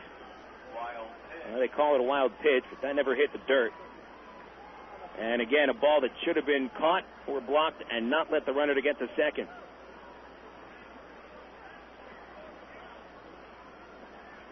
Especially on a strike. Count of 0-1 on Polanco. The Travs have the infield halfway in. O'Keefe all the way in at first. The 0-1 pitch. Fouled back on a fastball, 0-2. This is where you want Rich Fisher to pitch like a power pitcher. To utilize his abilities to get strikeouts and to dominate batters, to overpower them. He has the stuff to do this. He doesn't use it properly all the time. Case in point, the hit that Burford got, even on an 0-2 count, even on a blooper, he should get a batter out with 2 strikes. Got 0-2 here, a check swing on a curve, and the appeal, third base umpire Galloway says he did not go. Good pitch by Fisher. Just a little bit of a better batting eye by Polanco. Nobody out, infield halfway in with men at second and third. Sanchez at third, Burford at second. Fisher at the belt. Let's get that K here, the 1-2. Check swing, he's out on strikes. He went through. Rich tossed him a changeup and got his 3rd strikeout. That's the power pitching you're looking for. And Fish might have to do it again as Jack Joffrion steps into the batter's box. Tulsa 2, Arkansas 1, bottom of the 4th inning at Driller Stadium. Nightfall slowly begins. And the lights are on. They're slowly taking their effect, too. Fisher to the stretch as Joffrion stands in. Right-handed batter, swing, and a miss. Foul tip, actually. The ball hit off of the home plate umpire, Angel Campos. Strike 1 on the foul. Campos has, in the last couple of innings, been knocked down by the catcher, Jeff Mathis, as he faked a throw to first base and just got knocked back by a foul tip. And Mathis out to the mound to talk with Fisher. Fisher throwing virtually nothing but strikes in this inning, but he's got 2 bloop singles, 1 strikeout, a wild pitch, doing all the damage. Mathis jogs off the pitcher's mound, back behind home plate. Joffrion steps back in, a 304 hitter, 3 homers, 11 RBIs. Joffrion plays in his 24th game, and he's at second base. He gave the Travs that last run on the top of the 4th by booting O'Keefe's 2-out grounder. An 0-1 count. Fisher kicks and throws outside on a fastball, 1-1.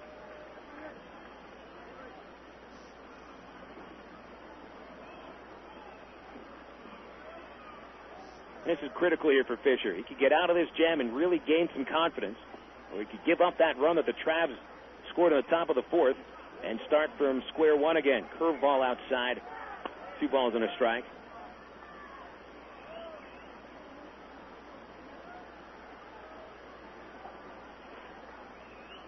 And we saw yesterday when the Travs would score a run, the Drillers would come pretty much right back. That makes it so difficult to come from behind. 2-1 pitch. Fastball outside. 3-1. Only batter Fisher's put on base himself tonight was Piedra when he plunked him in the 3rd inning. And Joffrion can be choosy here. A walk loads the bases for the top of the order, and Cory Sullivan, who's hitting well. 3-1 pitch. There's the strike on the outside corner Fisher was looking for. That runs the count full, 3-2. Drillers 2 runs on 6 base hits. Travs are still looking for their first hit. They've had 2 base runners on a walk and a hit batsman. Fisher will step off the rubber. This is a giant pitch coming up, the most important pitch of the night up to this point. You do not want to bring Sullivan to the plate with the bases loaded and only 1 out. He homered last time. There's a swing and a miss, and Fisher gets the strikeout. Good job by Mathis blocking that ball, and he tags the batter. So Fisher does show that he can be a power pitcher when he needs to be. Had been at second and third base and no outs, and strikes out 2 in a row. Now he needs to get that next out. And what a tough out it's been. Cory Sullivan is 6 for 14 in the series with a double, a home run, 3 runs scored, and 2 runs knocked in. And he's aiming to get up to that 300 mark. He started the night at 295. He's 1 for 2 with the home run. First pitch, inside for a ball. Sullivan has never been to 300 this season, not even in the first week when a lot of batters hit 300. And slowly creeping up after a very slow start. 1-0 count on the left-handed hitter. The 1-0 pitch. Fastball hit foul. Back to the screen, strike 1.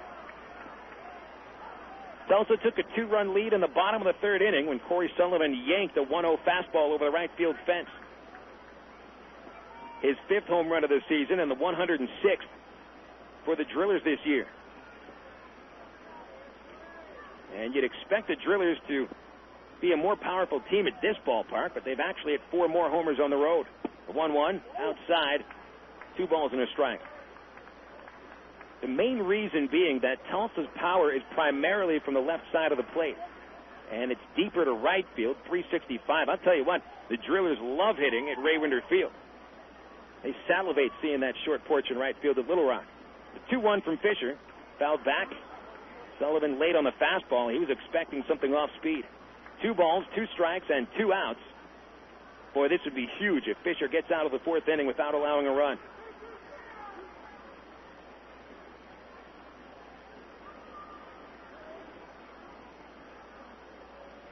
He steps back in. Second baseman Smith is now positioned 2 steps into right field. 2-2 pitch. Golfed high to shallow center field. Kenny James streaking in. Speck calls him off. Bryan from shortstop makes the call on the catch. And a good job by Fisher escaping the 4th inning. A scoreless inning. 2 hits. 2 men left on in scoring position. Going to the 5th. In Tulsa, the Drillers lead the Travelers 2-1 on FM 101.1 The River. Boy, it sure gets hot during the baseball season, and Ready Ice, Arkansas's largest ice company, is always the best choice to keep your favorite drinks cold. Once again, Ready Ice is proud to present Ready Ice Wednesdays at Ray Winder Field. Just pop in anywhere Ready Ice is sold in Greater Little Rock, like Exxon stations or your local convenience store, and grab a coupon good for a $2 admission to any Travs Wednesday home game. Get ready, get the coupon, and go to Ready Ice Discount Wednesdays at Ray Winder Field. Stop by AgPro at Highway 165 in England and take a look at the new John Deere 5020 Series tractors. This rugged lineup can handle your livestock chores with ease. Choose the 45 to 75 PTO horsepower straddle mount, isolated open operator station, or cab model that fits your needs. The new tractors offer improved comfort, control, and convenience. So check out the new John Deere 5020 Series tractors at AgPro at Highway 165 in England. Top Shoes, Arkansas's largest shoe store, and New Balance are proud to support our travelers. New Balance shoes come in the size and width that fit every Travs fan. And Top Shoes has the largest selection of New Balance shoes in the entire state. Not only does New Balance have shoes for athletes, Top Shoes have New Balance shoes for foot problems such as diabetic neuropathy or plantar fascia. The friendly employees at Top Shoes will gladly measure your feet and get that New Balance that is just right for you. Top Shoes is located in Little Rock, North Little Rock, Benton, Conway, Russellville, and throughout Arkansas.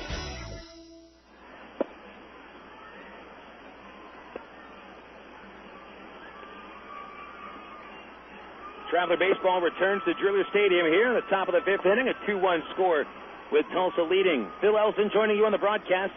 Be sure to be with us at Ray Winder Field next Tuesday for the big night. Clunker Car Night at Ray Winder Field starts at 7:10. The gates open at 6:10. You might want to get there early, as there are, as I've heard, as early as today, there are 11 used cars ready to go. Let's not even call them used cars. We got 11 clunkers ready to go. And they're slowly starting to come into the parking lot at Ray Winder Field if you want to go car shopping. And I know that there's car wars right now at War Memorial Stadium. Why not just drive over to Ray Winder Field and take a look at some real clunkers and see what you can win next Tuesday night at Ray Winder Field. First pitch of the 5th inning to Nick Gorno, fouled back for a strike. Trav still looking for that first base hit. And 3 men reach in the 4th inning with 2 outs. On a walk, he hit batsman an error, creating 1 run. Gorno swings, hard ground ball, base hit to left field. There's that first base hit. And it comes off the bat of Nick Gorno, who's had a hit in 5 straight. And he's 8 for 15 in this series. Nick hit a ball to the fence in the 3rd inning. Gorno is seeing the ball very well off the arm of Travis Anderson. Brian Specht is up next. 2-1 Tulsa lead. Specht struck out in the 3rd inning, the 8th strikeout for him this series. Gorno takes a lead at first. Nick with average to good speed. That pitch outside, ball 1. We'll have a look at the Southwest Airlines out-of-town scoreboard and see what's going on in the Majors and the Texas League. We don't have any scores coming in from the Texas League as of now. I know those games have started. Hopefully they'll bring us some scores again. 1-0 count. Specht swings, foul back, 1-1. One final from the American League today. The Red Sox fall to Baltimore, 10-4 at Fenway. Sox had won 4 consecutive games. Derek Lowe having a tough time recently. Took the loss, drops to 11-6. Rick Helling beat him. He's 7-8. 1-1 on Specht. Pitch high and outside. Big heat from Travis Anderson using that 6'4", 240 frame.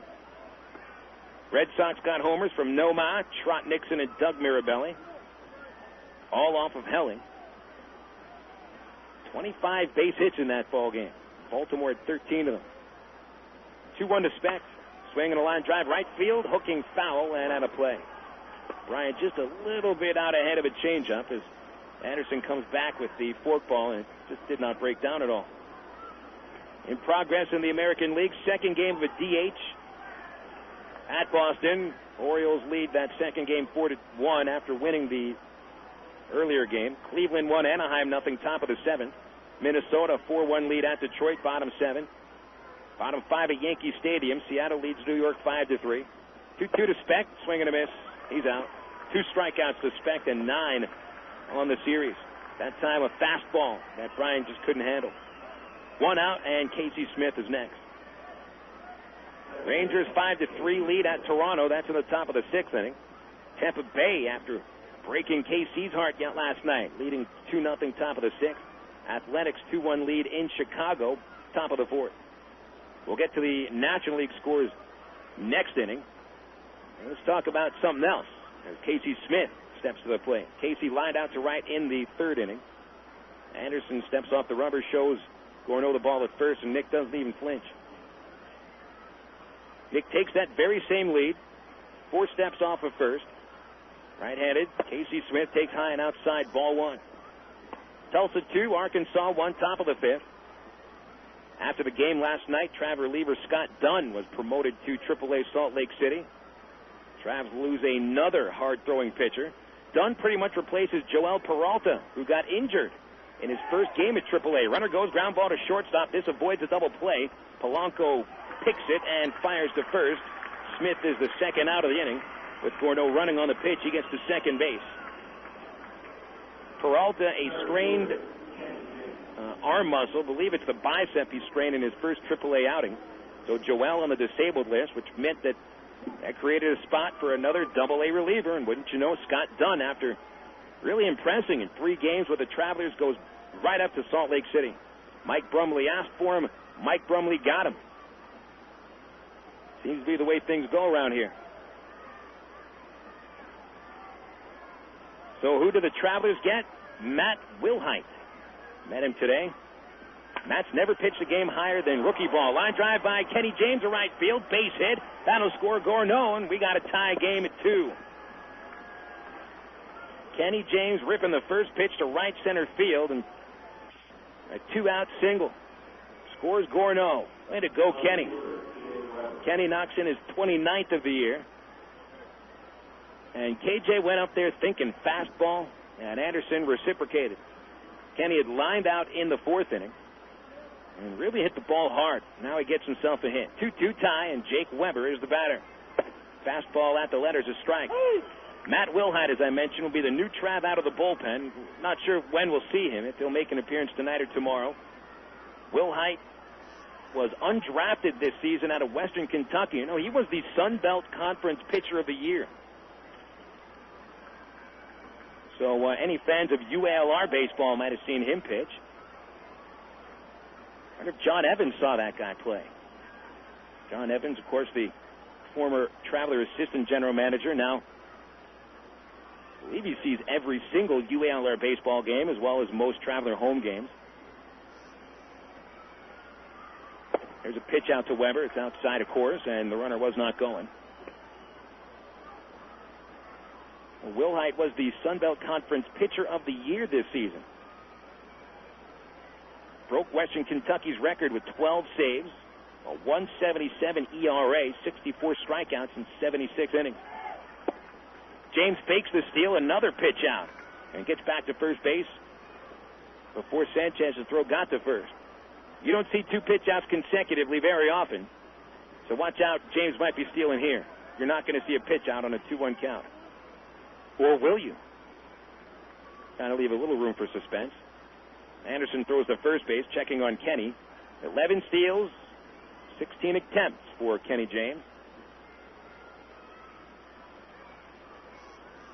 Ware, left-handed batter, 0 for 2, and Kenny running on the pitch. Line drive right field towards the corner, hugging the line. It is a foul ball. Foul by inches. The ball went into the nether regions of the right field corner, which you can't see from the press box, as the stands jut in a little bit towards the field. About the last 20 or 25 feet down the right field line are blocked off. That's where the ball disappeared.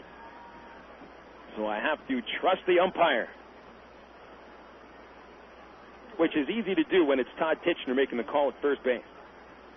Tichenor, one of the finer umpires in the Texas League, the only Texas League umpire to take part in the Major League Futures game this season. 2-2 pitch to Weber. This is lined into right field again. That's a fair ball, dropping in for a hit. Kenny rounds second, goes to third. Pietro's throwing to second base, bounces away from the shortstop, but not too far. James will hold at third base. Travs are rallying here in the 5th inning. With 2 outs, an RBI single by James to tie it up, and Weber sends him to third base.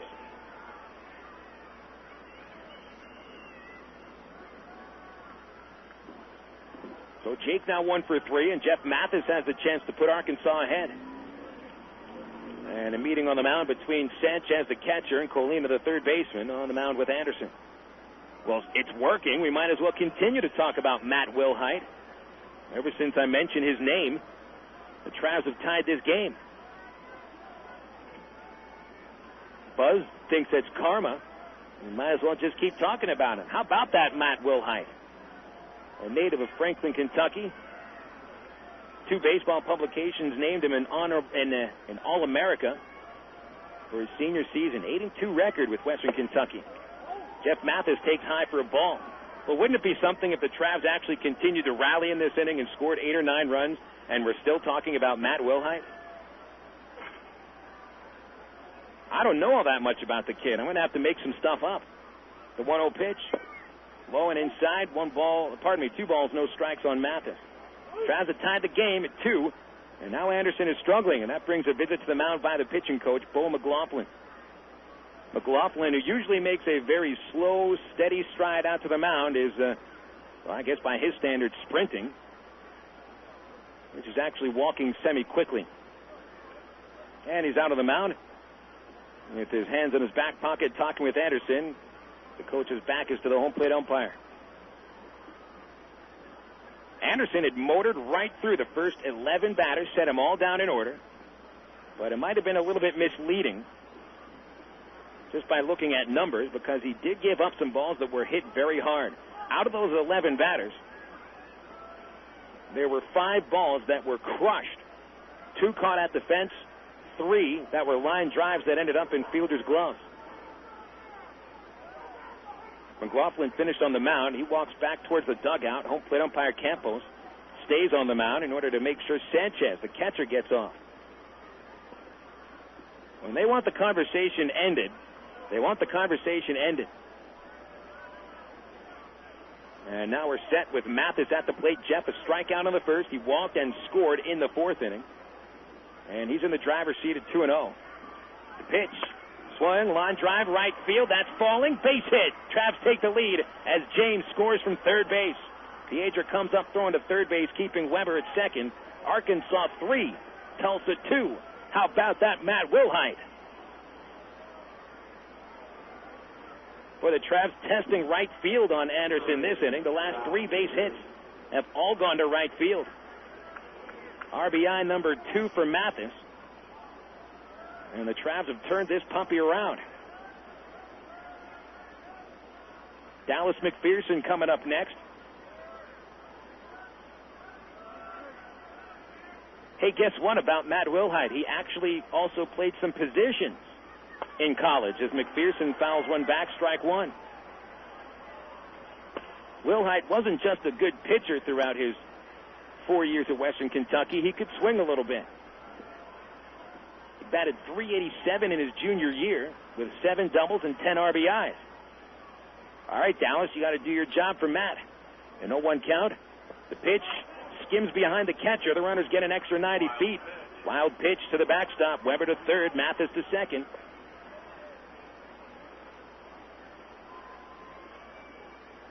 That's the second wild pitch thrown by Anderson, and he's starting to unravel. It all started when Mathis drew a 2-out walk in the fourth inning. Anderson then, I'm thinking, intentionally hit McPherson with a fastball before O'Keefe reached on Joffrey's booted ground ball. Now here in the fifth inning, a leadoff single by Gourneau before 2 outs and then 3 consecutive hits.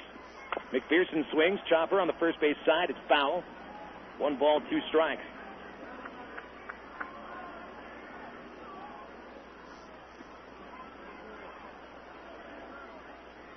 Well, Wilhite, as I mentioned, never pitched a day above rookie ball and was up there with Provo this season. The Provo Angels, signed as a free agent, was undrafted. A 1-2 to McPherson, high and outside, 2 balls, 2 strikes. And from what I've heard about Wilhite, got a good fastball. He throws sidearm. 6 feet tall, 185 pounds, from Franklin, Kentucky. I'm not sure the last time we had a Sun Belt Conference player on the Travs roster. 2-2 pitch. Foul ball by McPherson, hit on the ground. Still 2-2.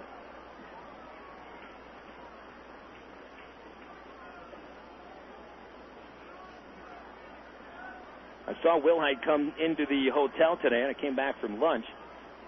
Got out of the taxi.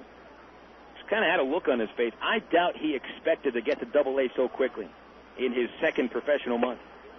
McPherson takes high and outside, the count running full. Dallas sent a ball to the wall in the second, hit by the pitch in the fourth. Now sitting on a full count.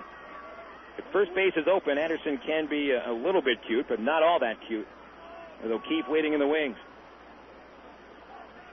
McPherson waits at the plate. The pitch outside. The walk loads him up in the fifth inning.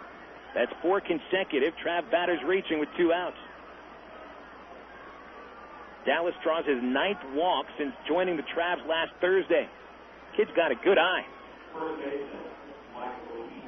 Here's Mike O'Keefe. Bases juice for O'Keefe. When Mike had a bases loaded situation last night, Travs went 0 for 4 with the bases loaded yesterday with 4 strikeouts. O'Keefe hit that grand slam on Saturday and takes a pitch way outside. Ball 1. Boy, Anderson about 3 feet away from the strike zone with that heat.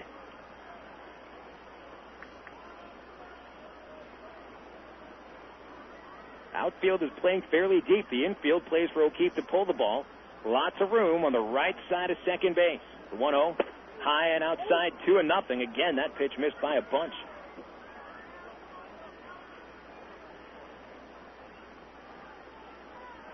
Anderson's thrown nothing but heat, and he hasn't been mixing up his pitches as well as before. Perhaps it's because he's not throwing strikes. The 2-0, ball 3. High and outside, just like the last 2 pitches. Hey, Mike, put that bat in your back pocket. Might as well just drop the bat. Force Anderson to throw this pitch down the middle. The 3-0. And he gets a strike. Right on that outside corner. He'd been aiming for that corner for 4 pitches and just barely got that call. 3-1. Well, now O'Keefe can pull the bat out of his back pocket. See if he gets something to hit here. Bases jammed, 2 outs, top 5. There's a foul ball back to the screen. Mike got the pitch he's looking for. Anderson went for the outside corner with the fastball again. I think if he goes for the same spot, outside corner, if O'Keefe goes after it, and it's on that corner, he's going to rip it. Catcher sets up in the very same spot. Might see an off-speed pitch. The 3-2. Fastball fouled back. Very same spot, and O'Keefe got a piece of it. Good swing, too.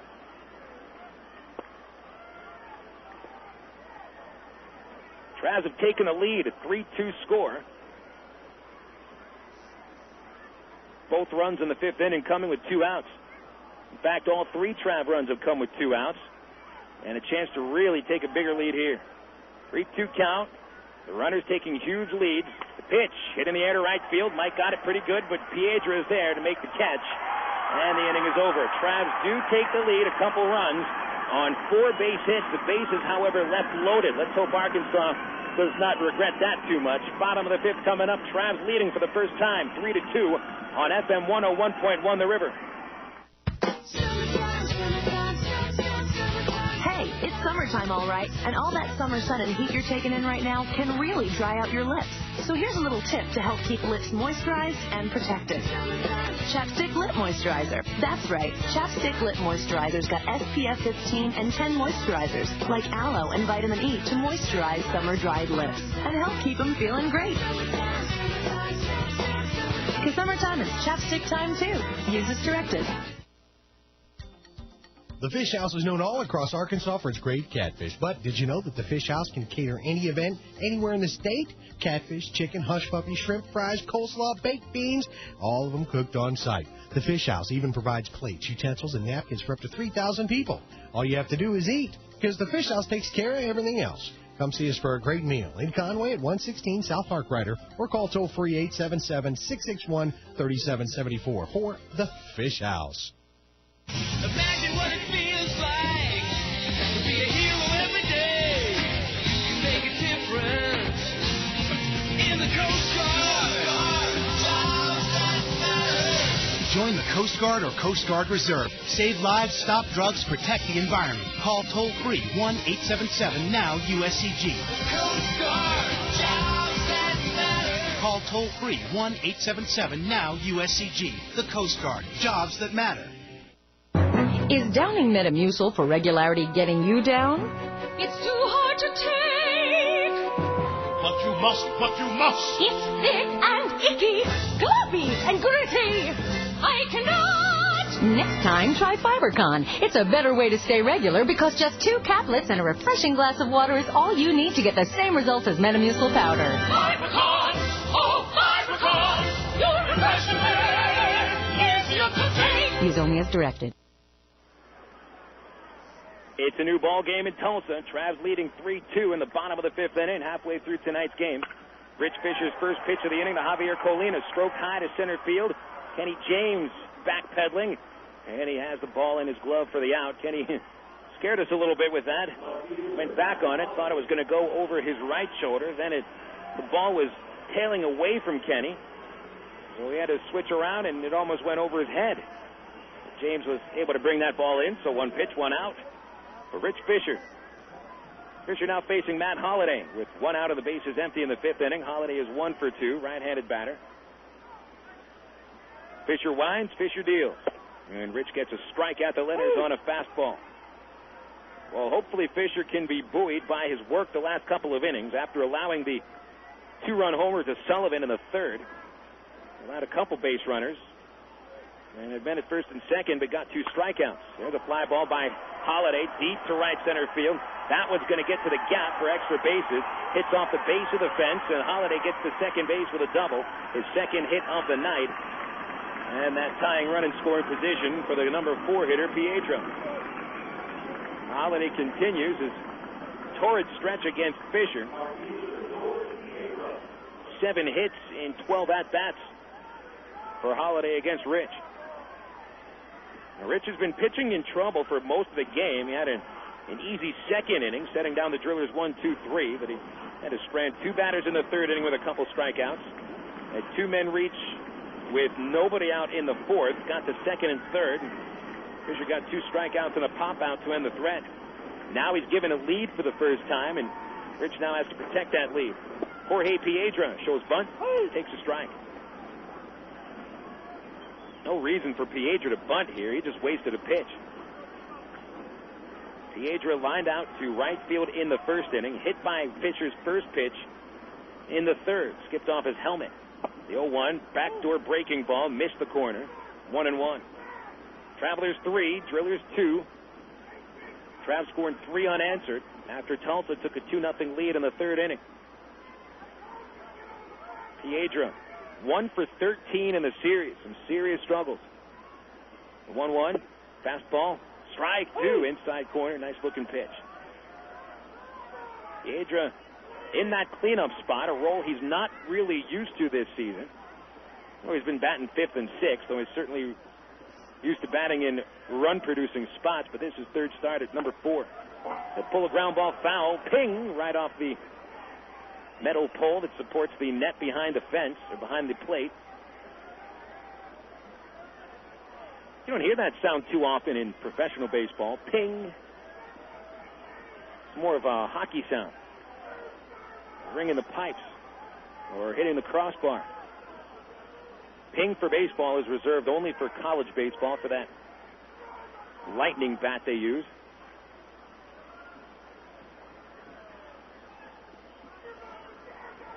Fisher stares in. Long look at the sign from Mathis. Infield and outfield. Plays for Piedra to pull the ball. The 1-2, foul ball. Out in front of a changeup, but just got a piece of it. We got our scores in the Texas League here. Midland ahead of Round Rock 7-2 in the top of the 4th.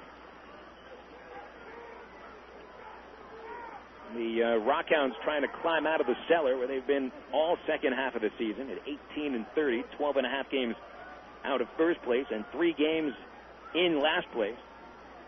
1-2 to Piedra. Fisher's pitch popped up behind the plate. Mathis holds the mask in his hand and watches it go into the seats. Foul ball, and the man tried to catch it with his hat.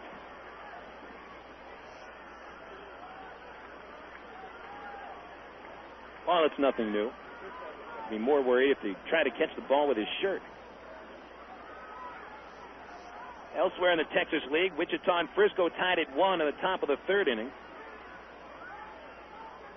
Wranglers stationed just half a game behind Arkansas. And it's El Paso trailing San Antonio 2-0 in the 2nd inning out in West Texas. Those are your Southwest Airlines Texas League scores. We'll get to the National League next. 1-2 to Piedra. That's a pop-up on the infield. Left side, foul territory. Now McPherson, the 3rd baseman, drips in, and he makes the catch. 2 outs. Good job by Fisher to put this batter away. That was an out that Fish had to work for. So Holliday stays at 2nd, and J.D. Closser is up next, the hip-hop designated hitter. Yep, there's the hip-hop.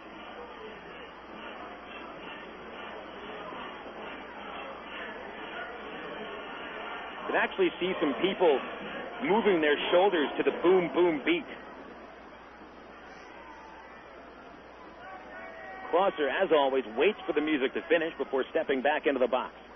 And he'll take a pitch in the dirt, dug out by Mathis. Good job and holds Holliday to 2nd. Closser is 0 for 2 tonight.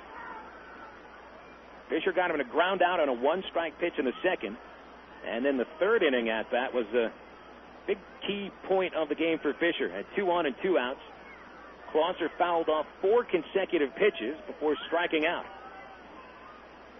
1-0, the count on Closser. That's a fastball outside, 2-0. Travelers 3, Drillers 2 in the bottom of the 5th inning. Fisher trying to pitch out of trouble again after Holliday's 1-out double. Closser steps in left-handed, 287 hitter, 10 homers, 48 RBI. And timeout is called. Closser steps away from the batter's box. Not too far, though. J.D. takes his time. A human rain delay of sorts. Fish behind in the count, 2-0. There's a breaking pitch inside, ball 3. Tino Sanchez on deck. He'd much rather face Sanchez than Closser. Closser, much better hitter than Sanchez, but for some reason, Sanchez has been able to find the bloops. 3-0 count, Fisher throws. And that's a letter-high strike. Perhaps a generous strike called by Angel Campos.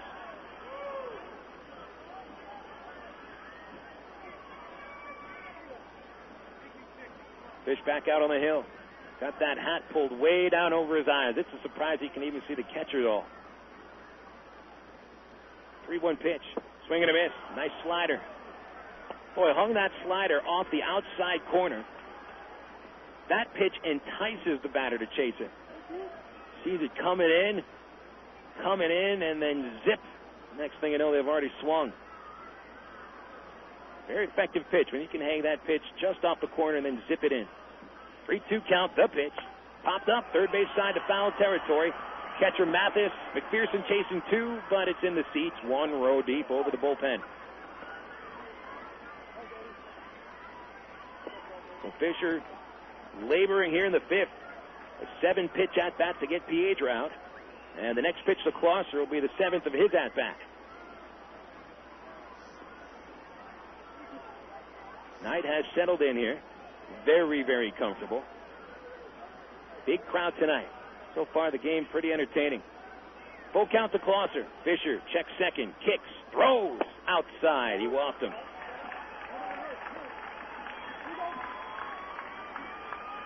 That's okay. The first walk from Fisher. Second man he's put on base. He also hit Piedra with a pitch in the 3rd inning. Just too bad that Fisher didn't walk him on 4 pitches because he actually worked pretty hard to get that out after falling behind 3-0. So that walk will bring out pitching coach Keith Comstock, and we have a chance to run down the present scores in the National League on the Southwest Airlines out-of-town scoreboard. All right, let's see here. Houston, a 3-1 lead over Montreal. That's in the bottom of the 5th inning. The Astros lead in the NL Central is pretty tight. 1.5 over the Cubs, 2 better than the Cardinals, and 8 games ahead of 4th place Pittsburgh. Cardinals trailing 4-0 to Atlanta in Busch Stadium. That's in the bottom of the 4th inning. Marlins 3.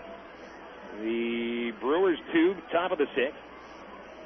Pirates lead Colorado 4-1 on the bottom of the 1st.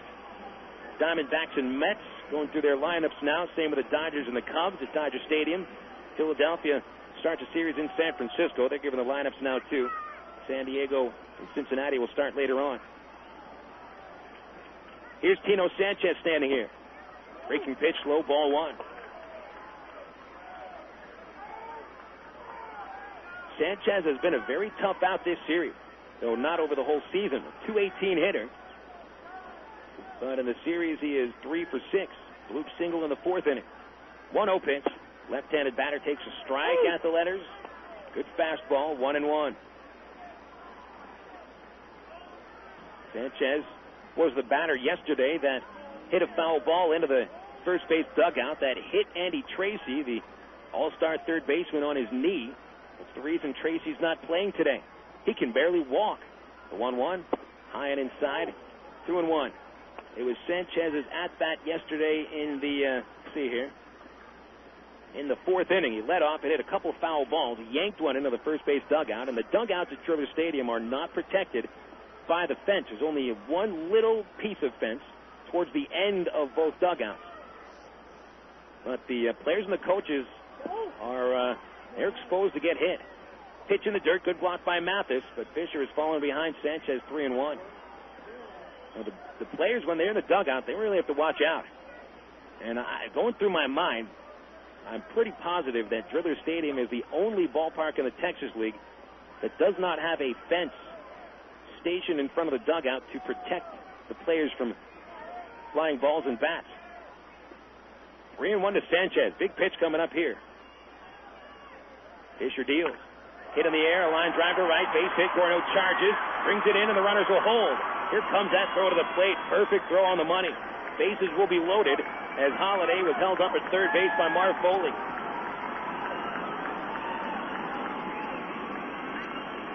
smart move by Foley. He saw Gourneau's arm yesterday when he gunned out a player trying to stretch a single to a double.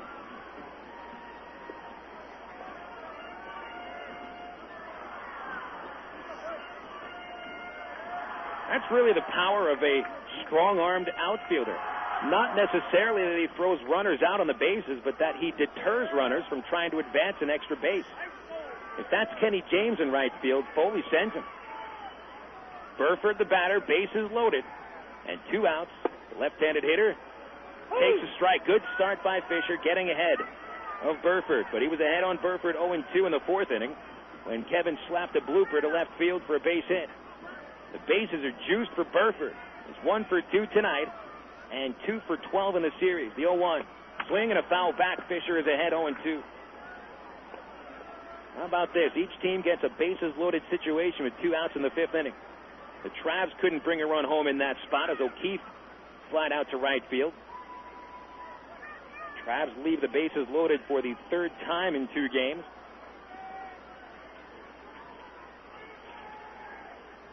And Burford gets the chance here. He's 2 for 5 with the bases loaded this season. An 0-2 count. Fisher throws from the stretch. High and inside. Very close pitch on a fastball. But it just missed the corner. Travelers ahead of the Drillers 3-2. Bottom of the 5th inning. And Fisher has to work hard again. He'll have 2 men on base in the 3rd and the 4th innings. So he's been working with men on base. 1 ball, 2 strikes from the stretch. Fisher's pitch. Curveball inside. Good eye by Burford. Had no idea to swing at that one.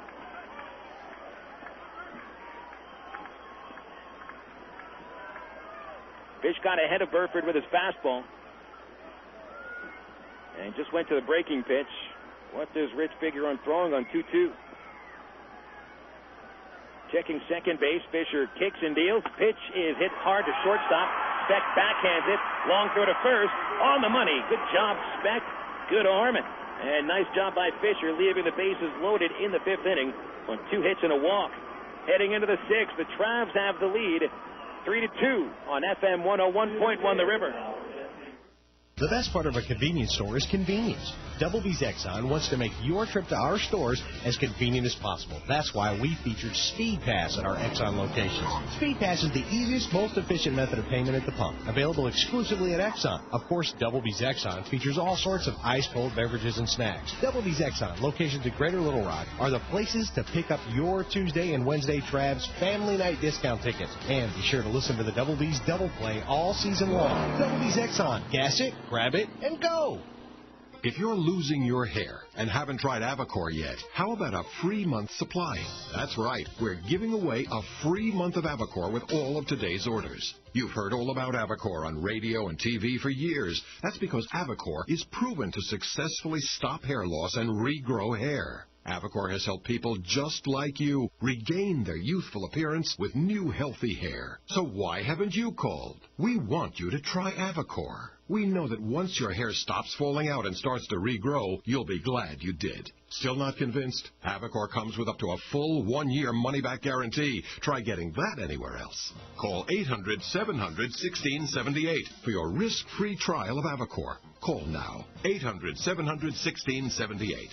That's 800-700-1678. And remember, all of today's orders will receive an additional month's supply of Avacor absolutely free. Call 800-700-1678. Hollywood Sports and Memorabilia specializes in autographed collectibles from the worlds of baseball, football, basketball, movies, and music. Memorabilia signed by the likes of Joe Montana, Mickey Mantle, Ted Williams, John Wayne, Marilyn Monroe, Elvis, Britney Spears, and the Beatles. And remember, everything sold at Hollywood Sports and Memorabilia is 100% authentic or guaranteed. It's all at Hollywood Sports and Memorabilia at the intersection of Rainwood Drive and Green Mountain. Give them a call at 219-0003 for Hollywood Sports and Memorabilia.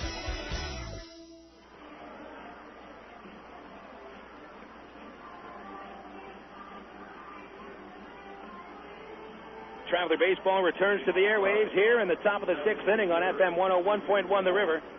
Arkansas 3, Tulsa 2. The rest of the totals: Travs 3 runs, 4 hits, 1 error. And the Drillers 2, 8, and 1 on the RHE. Phil Elson with you tonight. Good ball game so far. It's been tight. Each team with chances to score a whole lot more runs than they have. With men on base. Travs have Junior Zamora leading up the 6th inning. He takes high for a ball. Travs, after leaving no one on base in the first 3 innings, pretty much because they didn't have anybody on base, have left 5 on base in the last 2. Zamora foul back. Junior struck out in the 4th inning, leaving 2 on base. Both McPherson and O'Keefe were in scoring position. Arkansas left the bases loaded in the 5th inning. Junior 0 for 2 tonight. He's lined out to right field, struck out swinging against Anderson. Anderson really scuffling the last couple innings. He's going to have to get an easy one here if he continues. The 1-1 high and inside. 2 balls and a strike. A couple of other finals came across the Southwest Airlines American League scoreboard. Trav affiliate Angels pick up a victory in Cleveland. That ends a 5-game downer for the Halos, who would drop to 7 games under 500. Zamora, towering drive to left field.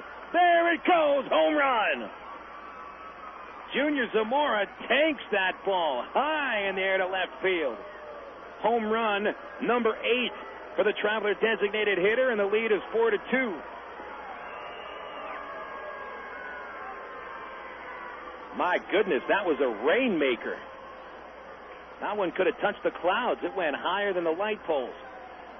Didn't quite get to the street in left field. The fence has that's about a 40 to 50 foot high net erected above the home run fence to protect 15th Street, much like Ray Winderfield in right field. Zamora got that one about 3/4 of the way up that fence. Nick Gorno swings and misses, strike 1. That's the first home run of the series by a Traveler batter. And good timing, a 2-run Arkansas lead. Gorno has an 0-1 count and takes inside. 1 ball, 1 strike. Nick is 1 for 2. Sent a fly ball to the track in right field in the 3rd inning. Piedra brought it in at the fence. And Nick singled to lead off the 5th and scored the Trav's first run. A swing and a miss on a slider, 1-2. Nick's hit in the 5th was the first base hit for the Travelers.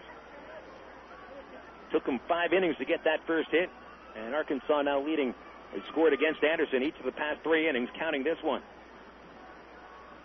Orno chases the 1-2 breaking pitch, fouls it off the catcher, and he'll stay alive. I mentioned the Angels win in Cleveland. Anaheim trailed by a run into the top of the 5th and top of the 9th and scored 5 runs. Garrett Anderson hit a 3-run homer to complete the comeback, his 26th of the season. 1-2 pitch, chopper by Gorno, foul on the 3rd base side. Brendan Donnelly came in to pitch the 9th inning and gave up a home run to Coco Crisp. I still can't believe he's actually going by that name.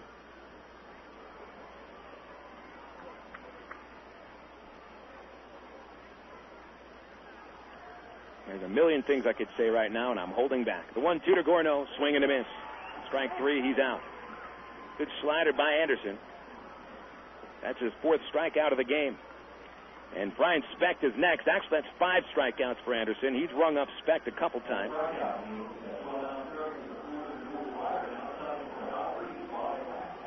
The other final in the American League comes from Detroit, Michigan, the Motor City.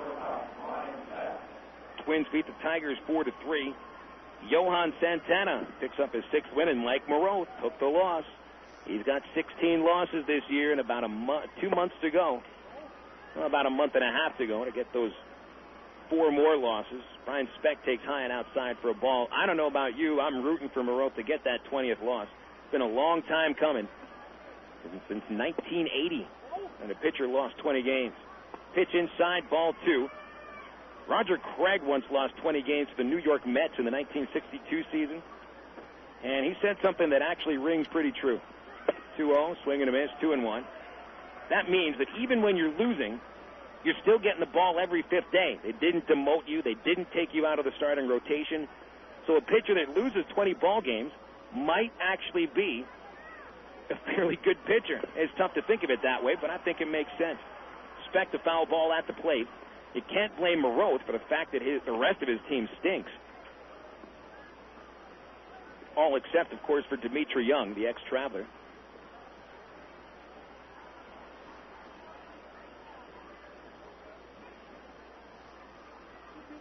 But usually if a pitcher is throwing so poorly, he'll get taken out of the rotation, he'll get demoted, he might even get traded.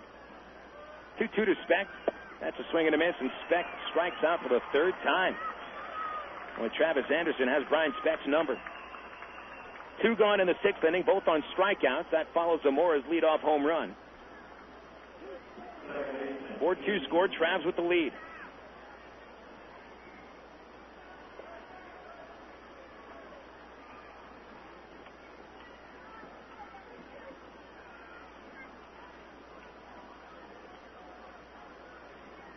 Casey Smith, the batter. He's 0 for 2. Curveball.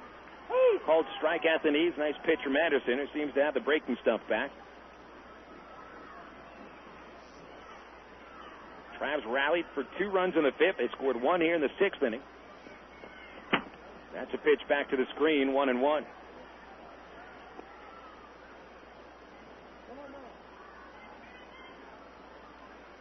I believe there's a website out there about the last 20-game loser. Pitch low and inside, 2 balls, 1 strike. Was it MikeKingman.com? Was that his name? Can't seem to remember it. And the 1980 Oakland Athletics, the team with the last 20-game loser. A strike at the outside corner, 2-2.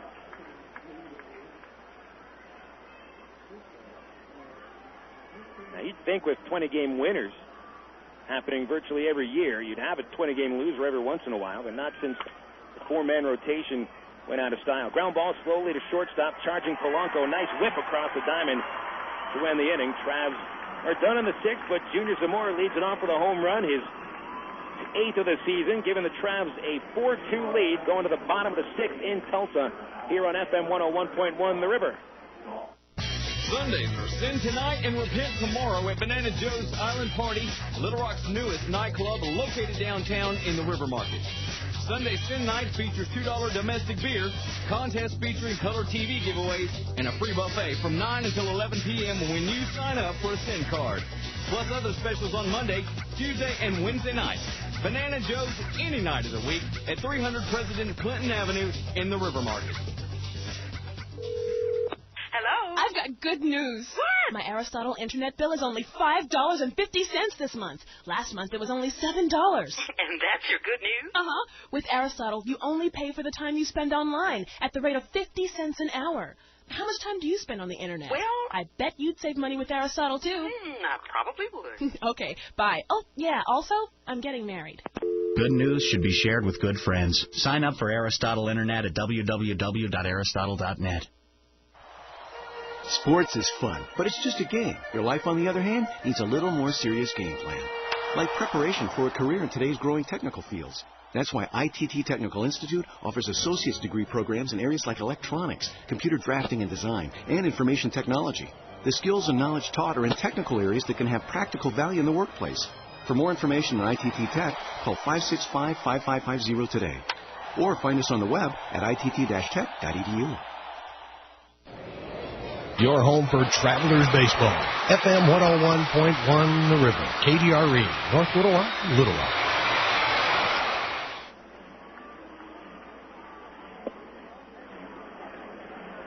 And we're back at Tulsa, bottom of the 6th inning. It's pitch black out at Tulsa, all except for at Driller Stadium, where the Travelers have a 4-2 lead. In the bottom of the 6th inning, we got a new pitcher on for Arkansas. Rich Fisher has been removed after throwing a little bit more than 90 pitches. And he really had to work in the 5th inning, but Fisher, good job done. 2 runs in 5 innings, both on the home run to Cory Sullivan, 8 base hits. He hit a batter, walked another. Rich struck out 4 men, 1 wild pitch. Fish had to pitch out of the stretch for most of the game and worked his way out of some serious jams the last 2 innings. The Drillers in the 3rd, 4th, and 5th innings combined to leave 7 men on base. So that is some great clutch pitching by Rich Fisher, who leaves with the lead intact, and Dusty Bergman is out of the bullpen to go. The left-hander will face Ino Polanco, right-handed shortstop, and a first pitch strike on the outside corner from Berge. Bergman, who pitched in the first game of the series, 1 scoreless inning in the 9th to secure the Travs 7-3 win. foul ball by Polanco out of play, 0-2. Enoll is 1 for 2. Led the third inning with a double to left field. Scored on the Sullivan homer. But Polanco couldn't put the ball in play with Sanchez at third and Burford at second in the fourth inning. He struck out as the first out of the inning. Polanco takes inside from Bergman, the only lefty the Traps possess in the bullpen.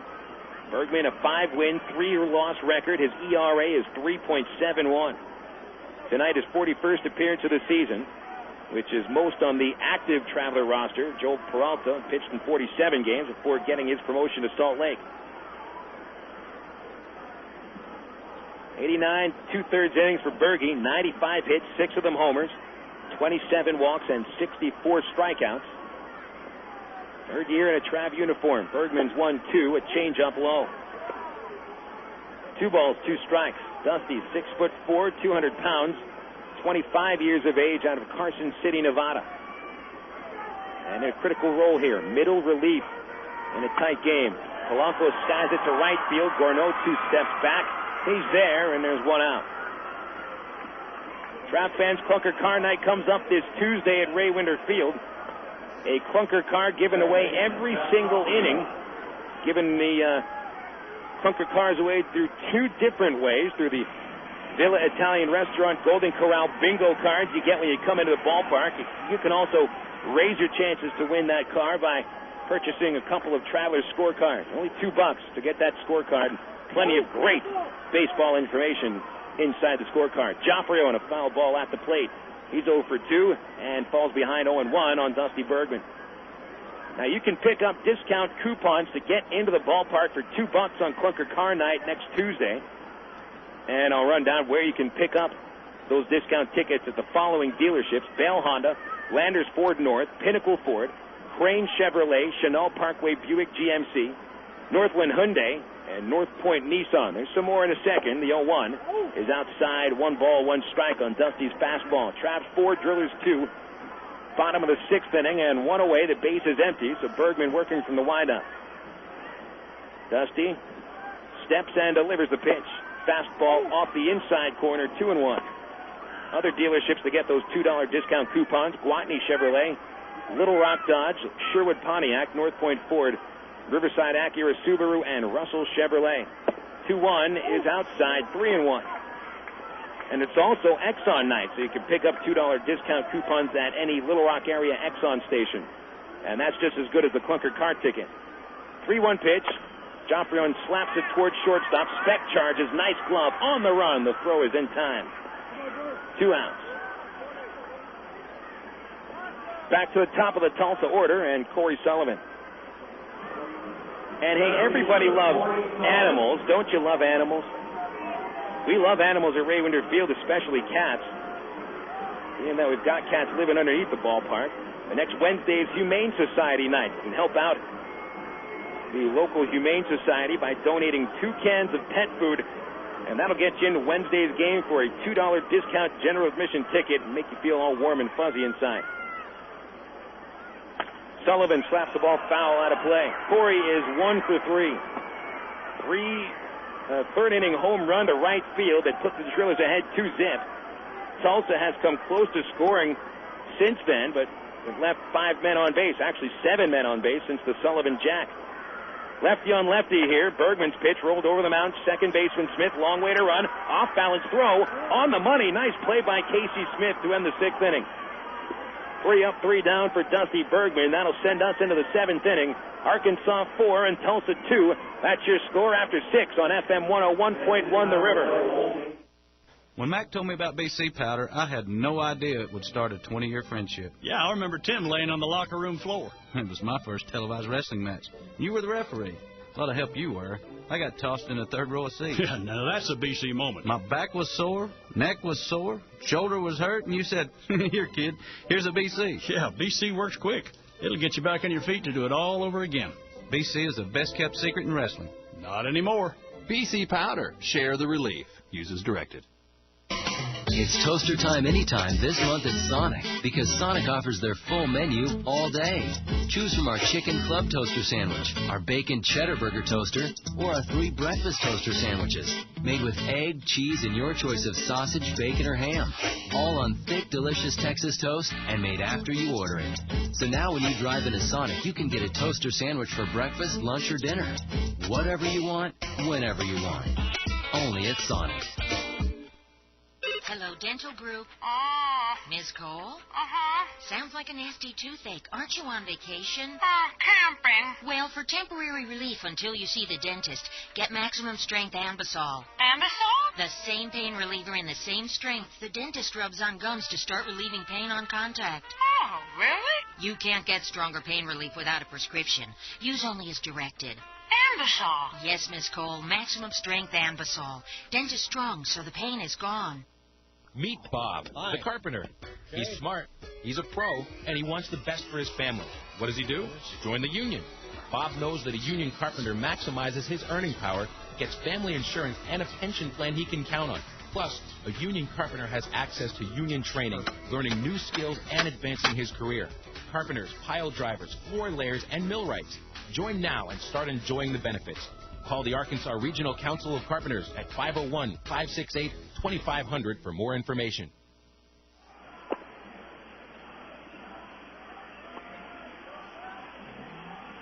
Top of the 7th here in Tulsa. Travelers out ahead 4-2 on FM 101.1 The River. 6 innings in the books.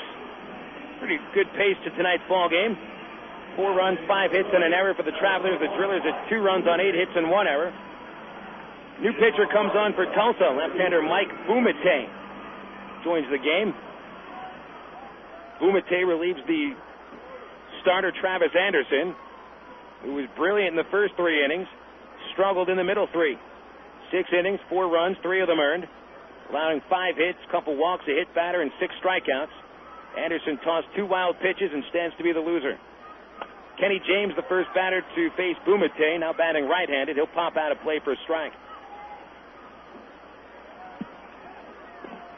So the Drillers bring in their first of 2 lefties in the bullpen. Wade Parrish had been on the disabled list. He came off earlier today.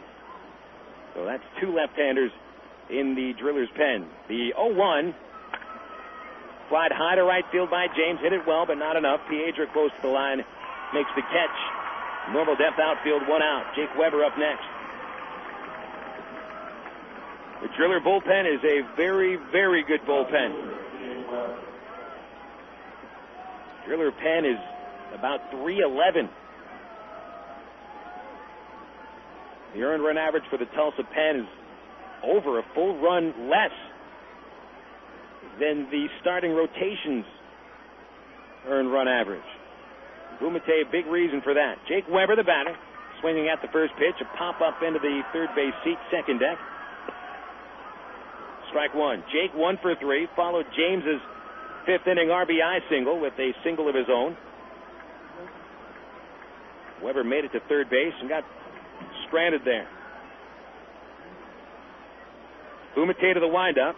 The left-hander deals the 0-1. Jake pops this one again towards the third base seats. Now to left field into the second deck. He's best friend of those second deck seats.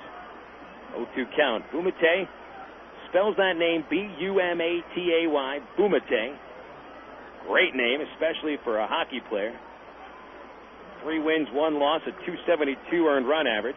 This is 33rd appearance. They're all out of the pen. He has spent some time in the California League this season, but he's been very effective here in the Texas League. The 0-2 to Weber, swinging a foul back. Bumate's fastball coming up. He doesn't have a great fastball, high 80s. Bumate's best pitch is a sharp, late-breaking curveball. And it was that pitch that he used in Wednesday's extra inning ball game to strike out 5 consecutive batters. The 0-2, curveball outside. He got 3 of them on a called third strike. So it would seem that he gets a lot of called third strikes. And tries to bend that one maybe at the letters, right at the tippy top of the letters, and aim for the corners. 1-2 to Weber. On deck is Jeff Mathis. Travelers 4, Drillers 2. The 1-2, Weber's gone on strikes as he swings and misses at a nice tight slider. One of the only weak points out of the Driller bullpen these days is Melito Dotel, the pitcher that the Travelers whooped on for 4 runs in that 13th inning. He's got a 4.08 ERA. Scott Doman has an earned run average at 4.34, but the other numbers much better than Dotel. And he's pitching pretty well recently. Mathis takes outside, ball 1. It was Jeff's 5th inning 2-out single that brought in Kenny James to score the go-ahead run. And Zamora's leadoff homer in the 6th made it a 2-run lead. Mathis takes downstairs, 2-0. McPherson on deck.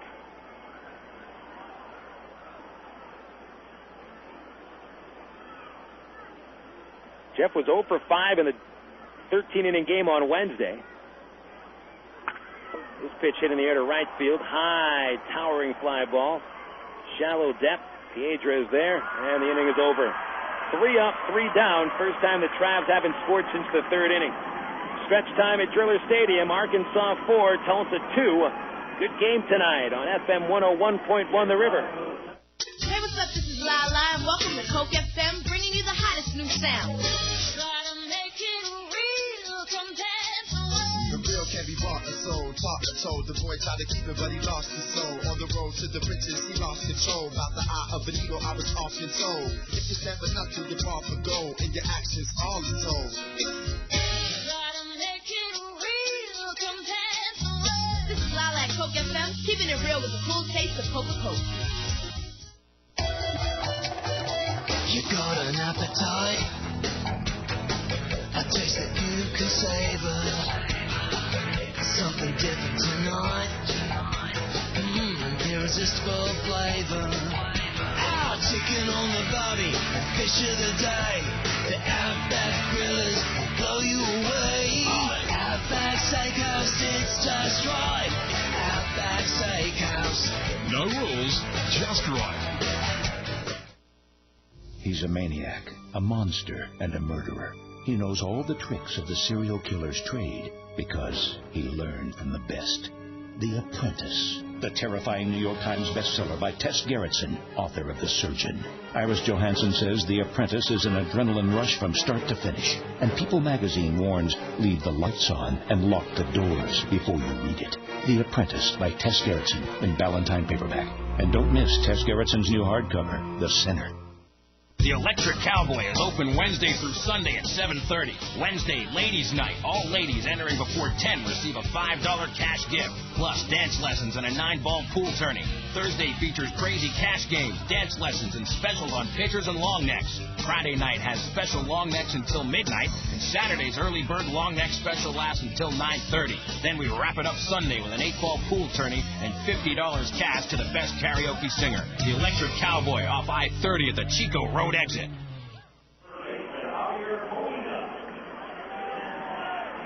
They've been stretched, they sang, they sat down, and we're ready for the bottom of the 7th at Driller Stadium. Arkansas 4, Tulsa 2.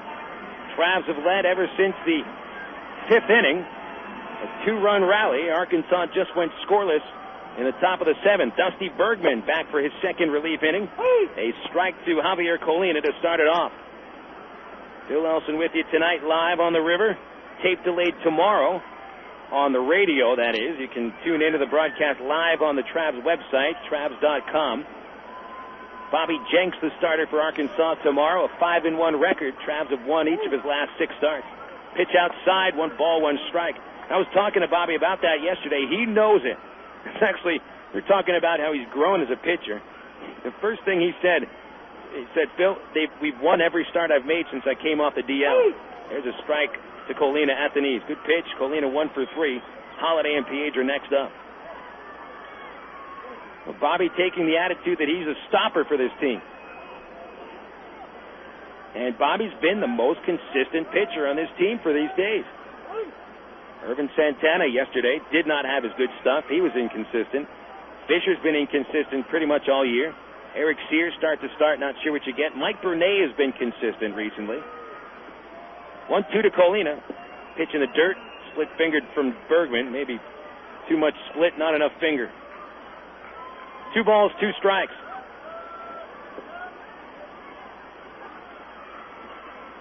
Bobby's opponent tomorrow, the only left-hander out of the rotation for the Drillers, Ben Sampson, former major leaguer. 5 wins, 5 losses, a .370 ERA. Polina gone on strikes as he swings and misses at a Bergman fastball. 4 up, 4 down for Berge. 5th strikeout of a Driller batter tonight. And for Dusty, his 65th in 90-plus innings. Bergman very valuable out of the bullpen for the Travs these days, especially with the promotion of Scott Dunn. Travs lose that hard thrower and that big presence for the bullpen. Pitch outside to Holliday. Matt was 1 for 3 against Fisher with a double, a single, and a strikeout. Now check out the bullpen in Salt Lake City and some of the heat they have coming out of the pen. Dunn throws 95, 96. 1-0 pitch from Bergman. Holliday swings and misses at high heat, 1-1. Mark Kroon, of course, up there. He throws up to 97, 98. Derek Turnbull, he's throwing in the mid-90s. That Salt Lake bullpen shouldn't give up another run all year. The 1-1 has popped out of play on the right side. Good news coming from Salt Lake in that Kevin Gregg was promoted to the major leagues. Congratulations to KG. Kevin, of course, started the season with the Travelers, got his chance with the Angels in Arkansas, pitched very, very well. Had been pitching well recently in Salt Lake and gets the call up to start one of the upcoming games for a doubleheader for Anaheim. Pitch inside a Holliday, 2-2. So it'll be Kevin's major league debut. The Athletics had him go up to AAA for a handful of games a couple years ago, but never gave him the shot at the majors. Swing and a miss. Holliday's gone on strikes on another fastball from Dusty Bergman. 2 Ks in a row and 5 in a row overall for Dusty. 2 gone, bases empty in the 7th. The Travelers ahead 4-2. Interesting, however, that Kevin Gregg sort of bypassed Chris Buchek, who's also been pitching well. Been a lot of rumors on the internet recently about the idea of Chris Buchek getting a late call-up with Anaheim struggling. Swing and a miss by Piedra as Bergman got him to chase a slider outside. Piedra 0 for 2. Lined into a double play, hit by a pitch and fouled out. Swing and a miss, breaking ball. 2 strikes on Piedra. 1 more strikeout. It'll be a sonic strikeout inning. And a lucky Traveler fan will win $25 in gift certificates to Sonic. Line drive, foul ball, right field. That ball hugging the line. Still 0-2. Piedra out in front of a changeup.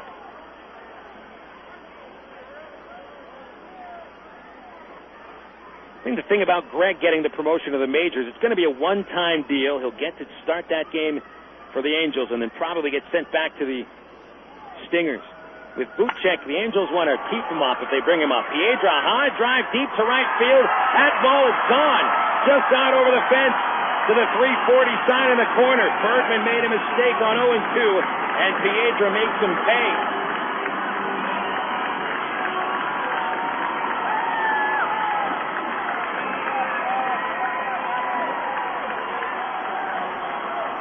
The only poor pitch Bergman has thrown to the 6 men he's faced. He left a hanging slider right dead down the middle to Piedra. And Piedra rips it for his 14th home run. That's 2 shots in the game for the Drillers. The Travs lead is cut to 1 run, 4-3 score. And now the hip-hop designated hitter will step up representing the tying run. J.D. Clauser batting from the right side now against the southpaw Bergman, who just allowed his 7th home run. Pitch 1, blooper to shallow right field. That'll drop for a base hit. Clauser got stuck with that ball on his hand and fought it off for his first hit of the game. Now the tying run on base, and the go-ahead run comes up in the form of Tino Sanchez, who's 2 for 3 in the game and 4 for 7 in the series.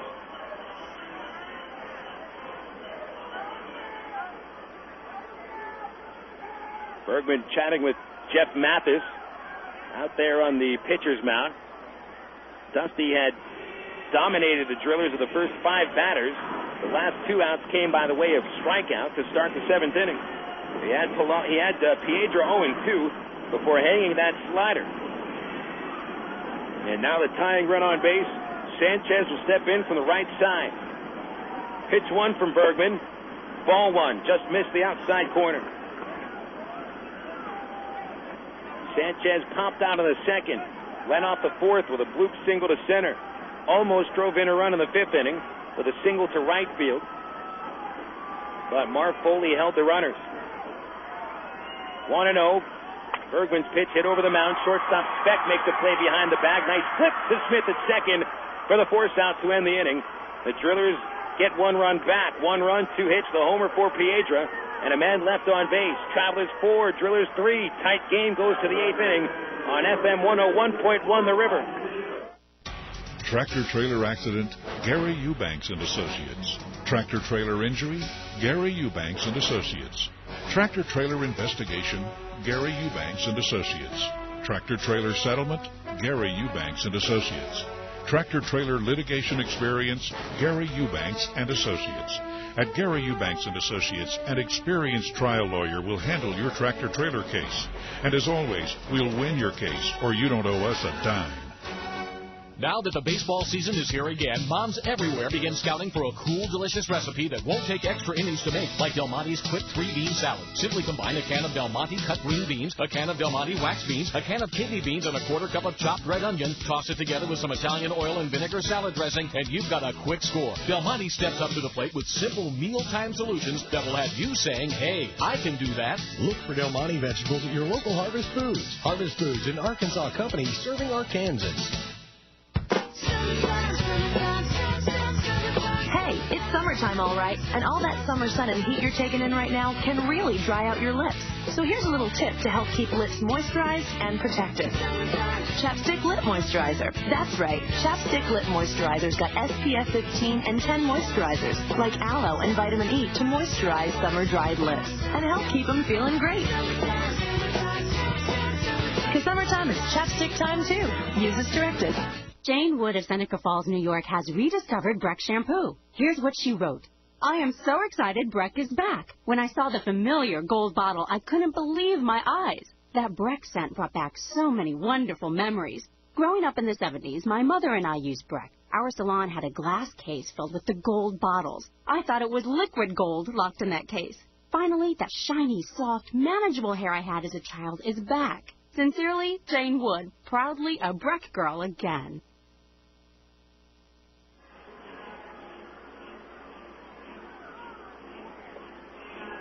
Well, this one is a tight one tonight. Here we are in the 8th inning at Driller Stadium with the Travelers ahead of Tulsa 4-3. Travs getting out hit 10-5. They're being out homered 2-1. The Travs have come through the big hits at the right time. Meanwhile, Tulsa has left 8 men on base. Travs have left 5 men on base.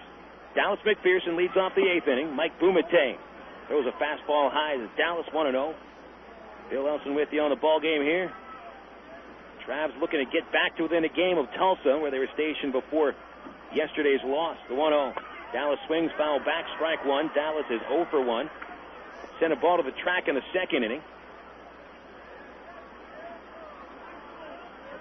Hit by a pitch in the 4th. It looked like a retaliation fastball on his shoulder as Dallas walked in the 5th inning. O'Keefe and Zamora follow the big lefty. Curveball hangs in there, a strike to Dallas. As he was looking fastball, but Bumate comes back with something that curves. And Bumate got McPherson 2 nights ago on that very same pitch. The breaking pitch at the letters. Here's a fastball, and Dallas strikes out swinging. Nice sweep sequence by Bumate. This guy knows how to pitch. Yesterday's Driller reliever Cam Esslinger impressed some of these Travs so much. Mike O'Keefe told me that he was one of the best pitchers they've seen this year. And the Travs are being befuddled by Bumate now. 4 up, 4 down by Bumate, and here's O'Keefe. Curveball outside, 1-0. Okie 0 for 3, but it was his 4th inning at bat that brought home the Travs' first run at 2 on and 2 outs. And he hit a fairly easy ground ball to the second baseman, Joffrion, who booted it for an error that scored Mathis. There's a strike on the outside corner, 1-1. 1 out, top of the 8th inning in Tulsa. Travelers have led ever since the 5th inning. Tulsa had a 2-0 lead after the 3rd. Watched it dissipate rather quickly. And now it's a 1-run game. Bumate's 1-1. Mike swings. Fastball fouled back this way. 1-2. Keith just not hitting his pitches. He's getting pitches to hit. He's just that little tiny bit off. And it's that little tiny bit that is keeping his average to the 250. A 1-2 pitch. That's outside. Bumate came with a slider, and it's a 2-2 count. Junior Zamora awaits on deck, and he stroked the ball hard today. Home run and a line out to right field.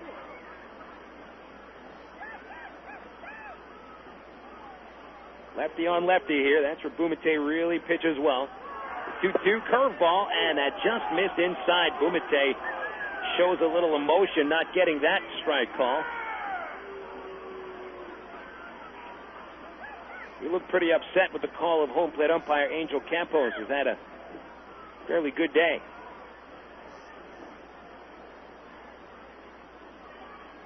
Payoff pitch to O'Keefe. Here it is. Fastball. He hits it in the air to right field. Piedra drifts in, and he's got it for out number 2. That's exactly what Mike did in the 5th inning. Got a fastball to handle, hit it to right field, just doesn't get any distance on it. So 2 outs and the base is empty for Junior Zamora. Now here we start thinking about the bottom of the 8th inning. This is where you'd expect to see Scott Dunn come into the ball game, but of course he can't pitch for the Travelers as he's up in Salt Lake City.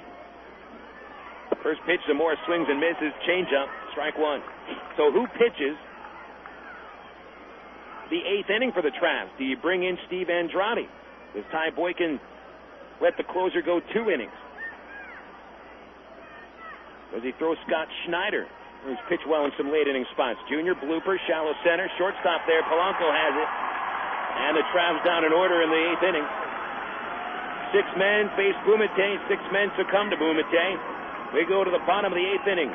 In Tulsa, Travelers 4, Drillers 3 on FM 101.1 The River. Hit a home run with your family tonight. Whether you're planning a meal before the game or snacks for the game, remember to include milk, cheese, and yogurt in the game plan. 3 servings a day of dairy is the right amount to help keep your body healthy. It's easy. Just look for the 3-a-day logo on your favorite calcium-rich dairy foods at your local retailer. For more information, including recipes and coupons, visit www.3aday.org. Have you had your 3-a-day today? The power of cheese. It's toaster time anytime this month at Sonic, because Sonic offers their full menu all day. Choose from our chicken club toaster sandwich, our bacon cheddar burger toaster, or our 3 breakfast toaster sandwiches, made with egg, cheese, and your choice of sausage, bacon, or ham. All on thick, delicious Texas toast and made after you order it. So now when you drive into Sonic, you can get a toaster sandwich for breakfast, lunch, or dinner. Whatever you want, whenever you want. Only at Sonic. Sundays are sin tonight and repent tomorrow at Banana Joe's Island Party, Little Rock's newest nightclub located downtown in the River Market.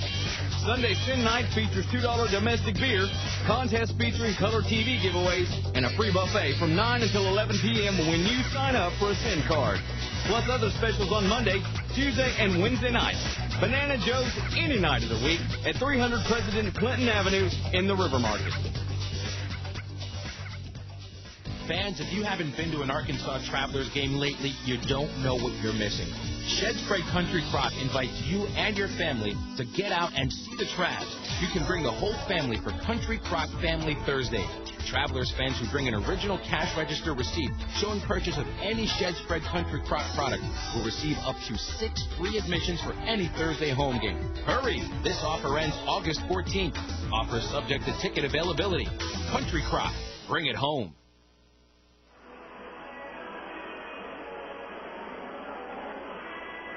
Travs lead is 4-3, bottom of the 8th inning at Tulsa. The Travelers have Dusty Bergman back on for another inning of relief. It'll be his 3rd. And a pinch hitter to start the inning. Kevin Sullivan replaces Kevin Burford. So one Kevin for another. And it's because Sullivan is a right-handed bat, and he'll step up against the southpaw Bergman. Sullivan a .264 average. First pitch, slow ground ball to shortstop. Brian Speck scoops it up. They throw to first. 1 out on 1 pitch. So much for a pinch hitting appearance for Sullivan. Didn't even take 1 pitch. No ground out. And Sullivan will probably take over on the field at first base. 1 out. Bergman allowing a couple of hits out of the 9 men he's faced. Piedra's home run, the big hit. He got Polanco to fly out in the 6th inning, and here's Polanco to hit here. 1 for 3, a double in the 3rd inning, and a run scored. Bergman coming out here for a 3rd inning of relief. And I was mentioning the options that Ty Boykin had for the bullpen late in the game today, and I forgot to even think about bringing Bergman back out for the 3rd inning. One thing Dusty has that most of the other pitchers in the bullpen don't have is experience as a full-time starting pitcher, so he can stretch himself out. And Dusty is not your typical 2-inning relief man. He can go 3 and maybe even 4. A strike to an old Polanco on a breaking pitch. 0-1. Jack Joffrion is on deck. You want to send these men down in order and then start the next inning at the top of the order. 0-1 count. Bergman winds and deals. Outside and high, 1-1. Drillers had 2 hits against Bergman in the 7th inning. They have 10 hits on the game. 8 off Fisher, 2 off Bergman. They're out hitting the Traps 10-5. Showing bunt, Polanco takes outside. Close pitch, 2-1.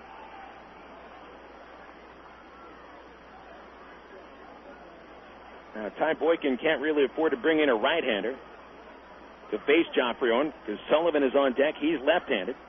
Colina and Holliday after that, but then Piedra left-handed, and then there's a couple switch hitters. Foul ball out of play. 2 balls, 2 strikes. Bergman going at the corners, working inside-outside on Polanco. He just tested the outside corner. We'll see where Jeff Mathis sets up here. And Bergman's going to ask what the count is. Campos flashes 2 peace signs towards him. 2-2 pitch. And he went inside. And it was low. Full count.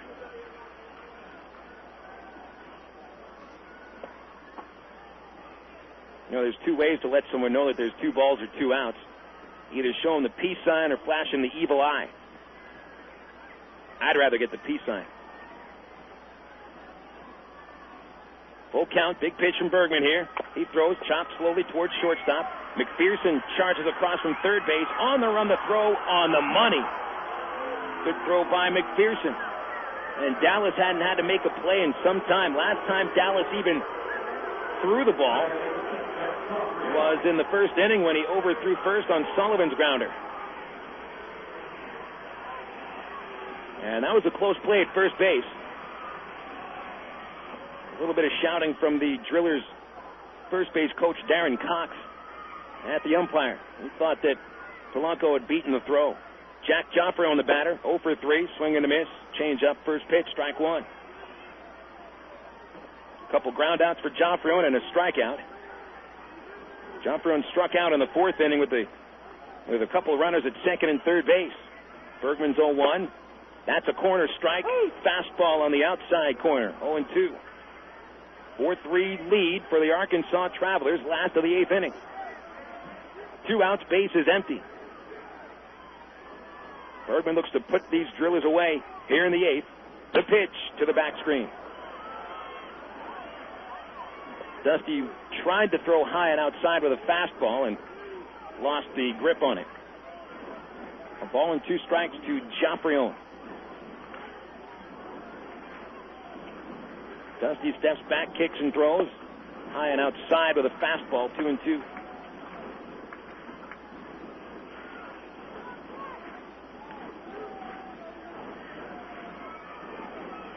Infield playing pretty much fanned out, trying to guard the line at 3rd.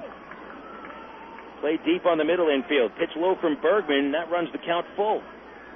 He's gone full on the last 2 batters. Working quickly.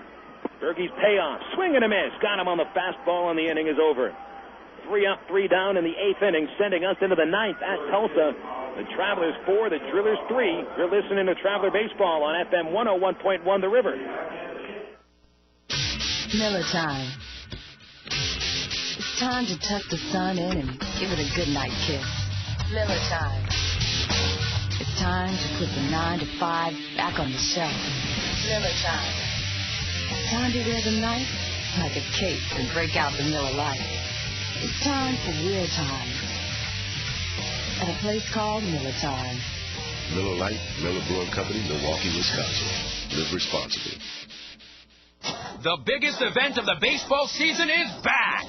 The Arkansas Travelers present Clunker Car Night. Tuesday, August 12th at Ray Winder Field. More cars than ever before will be handed out to lucky fans. In fact, there will be a used car given away every single inning. Stop by and pick up special $2 tickets at any of these locations. Chenal Parkway Buick, Waukee Chevrolet, North Point Nissan, Vail Honda, and Landers Ford North. But wait, there's even more $2 tickets at Russell Chevrolet, Little Rock Dodge, North Point Ford, Crane Chevrolet, Sherwood Pontiac, Northland Hyundai, Riverside Acura, North Point Toyota, Pinnacle Ford, Fox 16, Kickin' Country, and Magic 105. It's Clunker Car Night at Ray Winder Field, Tuesday, August 12th at 7:10. Call 664-1555 for more information or get us online at www.trav.com.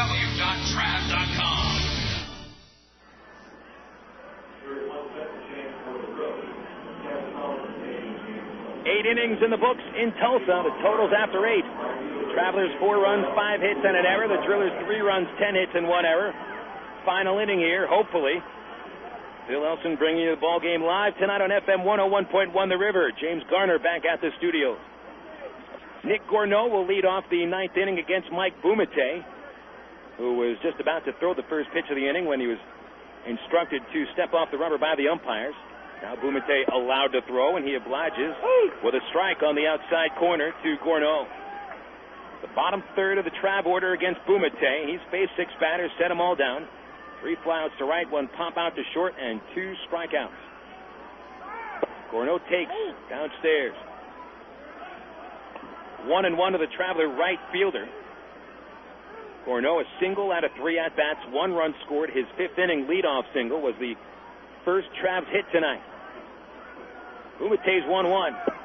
That's inside on a fastball, 2-1. It was also the idea of Gourneau's strong throwing arm that held the Drillers scoreless in the 5th inning after Tino Sanchez singled, loaded the bases, and the only reason Marv Foley didn't send a runner around third was because of Nick's strong arm. There's a strike down the middle, 2-2. So Gourneau has that deterrence power with the right arm. 2 balls, 2 strikes. Bumate winds and deals a pitch. Lifted in the air, deep to left field, back and off the fence.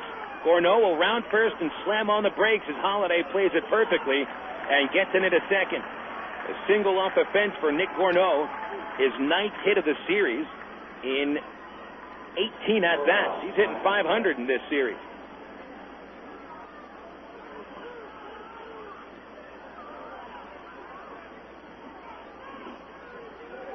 Gourneau actually has the best numbers of the 3 new position players of Mathis and McPherson and Gourneau. We could just go ahead and call him MGM.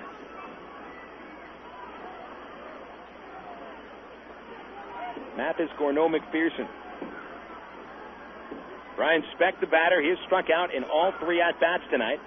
But that was hitting from the left side. Now Brian switches over right-handed. Tossed to first by Bumate after allowing his first hit of the night. Gourneau takes the lead away from first. Third baseman Colina guards against a possible sacrifice bunt.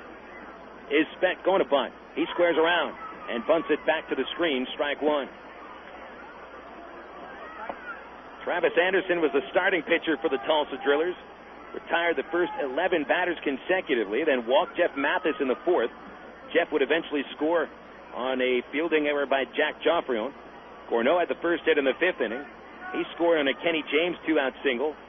He scored later on a Jeff Mathis 2-out single for a 3-2 Trav lead. And Zamora went deep to start the 6th inning for a 4-2 Trav's advantage.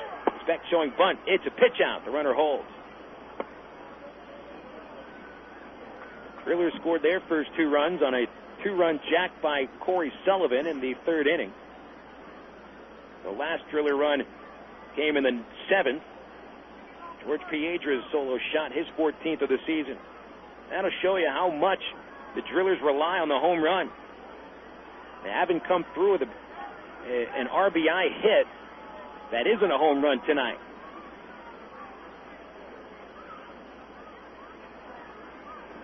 Gorneau taking a short lead at first. No outs, 1-1 count.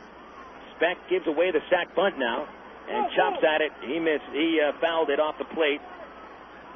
1-2. So Speck unable to get that bunt down before he gets to 2 strikes.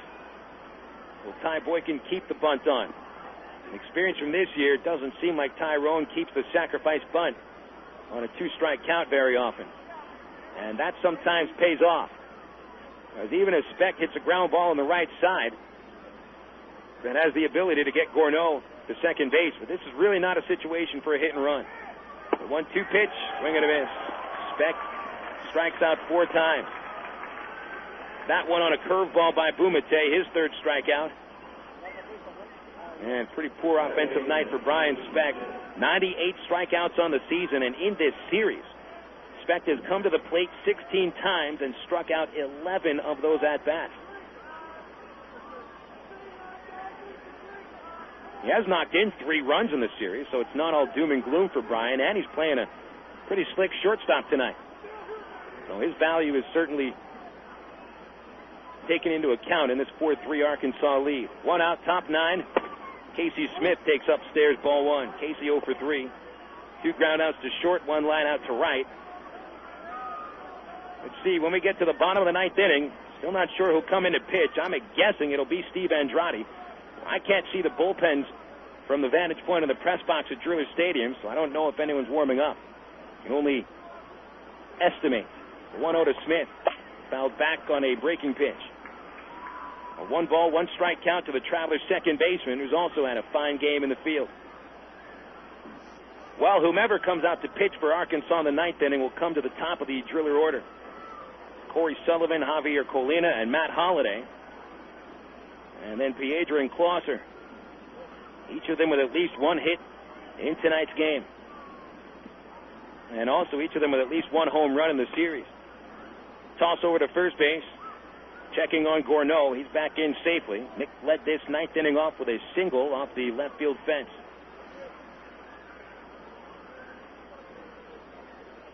Bumate gets the sign.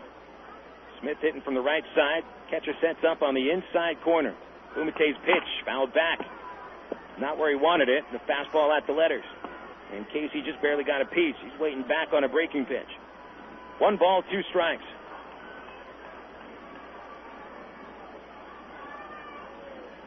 Announced attendance came in to 6,621. That looks like dead on. Big crowd tonight for Notebook Night.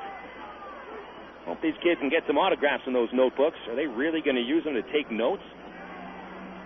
Bumate throws again to first. And it's not in time.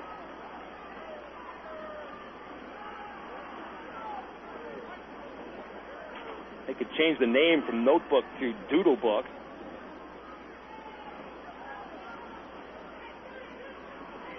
One and 2 to Smith, 1 out. Bumate checking first, long look. The pitch to the plate, hit in the air to left field. Back on it a few steps, Matt Holliday before the warning track. He's got it for the out. Gorneau is at second base. He has to race back to first and gets in as Holliday's throw bounces a few times. 2 outs in the 9th inning, and back to the top of the order. Kenny James will be the batter.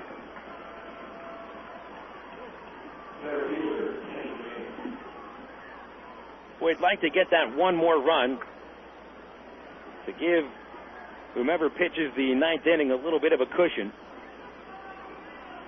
Now, question, does Steve Andrade come out for the 9th inning? He has been anointed by Ty Boykin as the Traveler closer. So you'd figure you bring your closer in a 1-run game in the 9th, right? Well, we'll find out. Steve pitched a couple scoreless innings in Wednesday's 13-inning game and should be ready to go. KJ fouls the first pitch off the catcher, strike 1. Kenny 1 for 4 tonight. His 5th inning single tied the game at 1. Kenny moved to third base on Jake Weber's base hit and scored on a single by Jeff Mathis.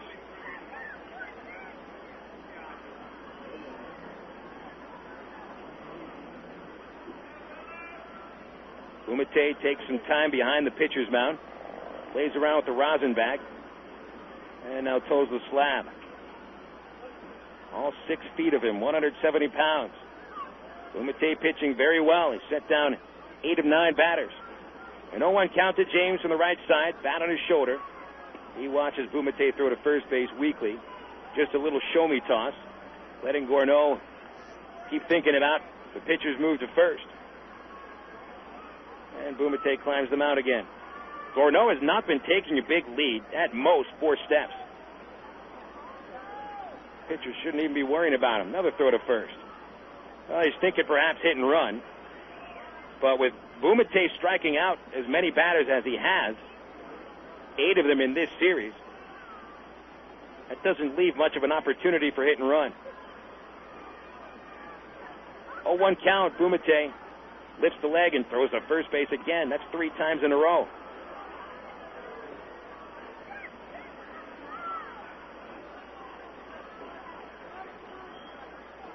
James out of the box takes signs from Ty Boykin at third base. Boykin behind the third base bracket, getting a good look at Gourneau as he takes his lead at first. Bumate finally throws a pitch and missed the outside corner by a hair. 1-1.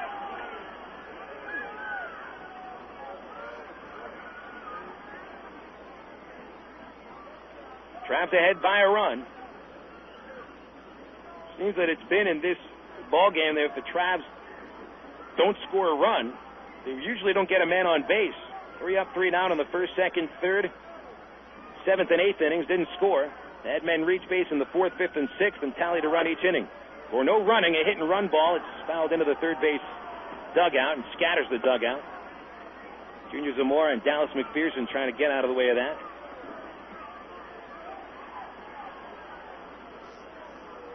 Still 1-2 on Kenny James.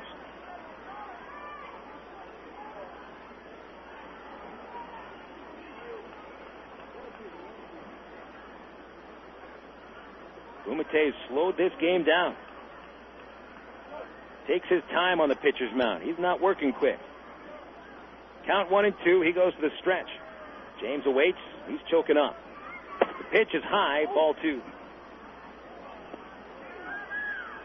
On deck is Jake Weber. He's 1 for 4.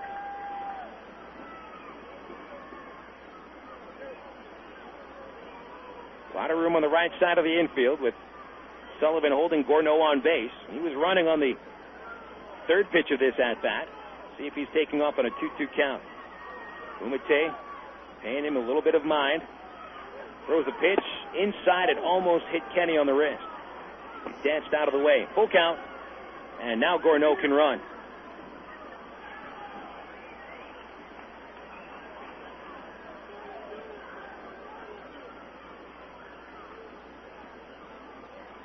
Outfield is deep. Kenny has room to work with in the left field corner. And again on the hole at second base. Full count to James. 2 outs. Gourneau watches Bumate go into the stretch. Nick runs. The pitch is grounded foul. Again into the third base dugout. Junior Zamora must have a target on his back.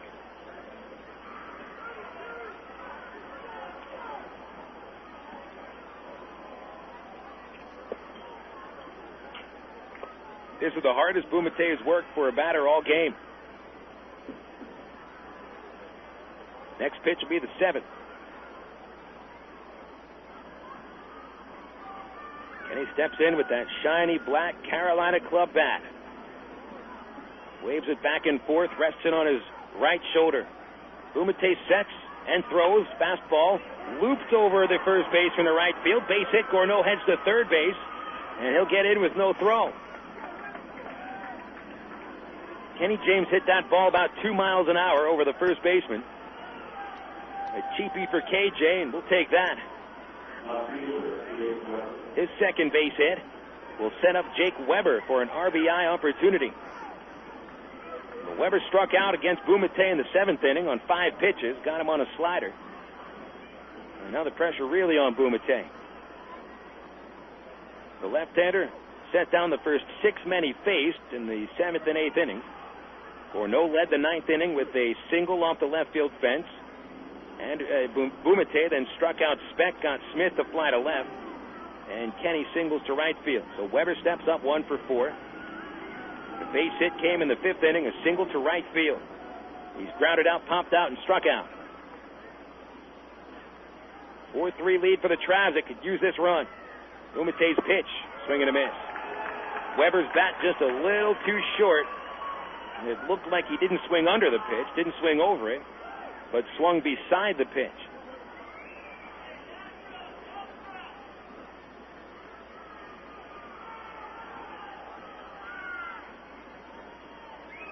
Weber with that quiet stance in the box.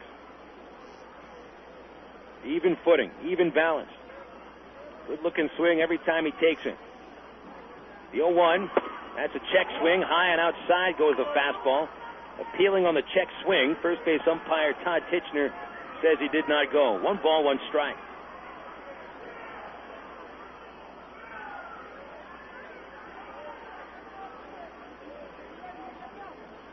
Feels like Weber's going to bring someone home.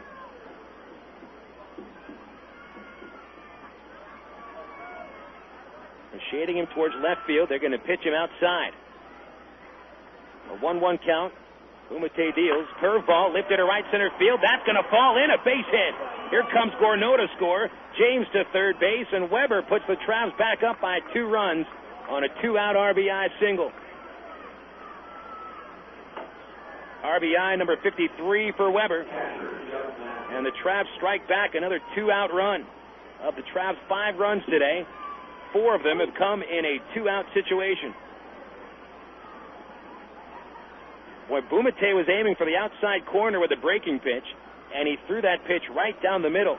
A big, fat one. Here comes the Driller manager, Marv Foley, from the dugout. And that's it for Bumate. Marv takes the ball away and will bring in a new pitcher. That'll leave time for a message from the Arkansas Prostate Cancer Foundation, reminding fans that every man over the age of 40 is at risk of getting prostate cancer, specifically those men who are African American or who have a family history of cancer. But prostate cancer is highly preventable. Early detection is your key. You should call your doctor, or you can learn more online at the Arkansas Prostate Cancer Foundation website, and the address is www.arprostatecancer.org. A 60-second break coming to you, and the new pitcher comes on for the Drillers. 5-3 Traveler lead, and we'll be back after this on FM 101.1 The River. Hello, this is Steve Stevens, and I'd like to talk to the men out there about a disease you don't want to think about: prostate cancer. Prostate cancer hits 1 in every 6 men during their lifetime. More than 1 million men have been diagnosed in just the last 5 years. 200,000 have already lost their lives. Early detection could have saved a lot of good men. The Arkansas Prostate Cancer Foundation urges you to get tested. So please take the first step, because it's time to say no more to prostate cancer. Hi, fans. This is Phil Elston, voice of the Travs. I hope that you enjoy listening to Traveler Baseball as much as I love broadcasting it. Thanks for welcoming me and Arkansas's only professional baseball team into your house, car, or workplace. Please show your support of the Travelers radio broadcast by thanking our sponsors when you get the chance. Let them know that you heard them. They'll appreciate it, and the Travs certainly do, too. And keep tuning in all season to the Travs on Unforgettable Favorites, FM 101.1, The River.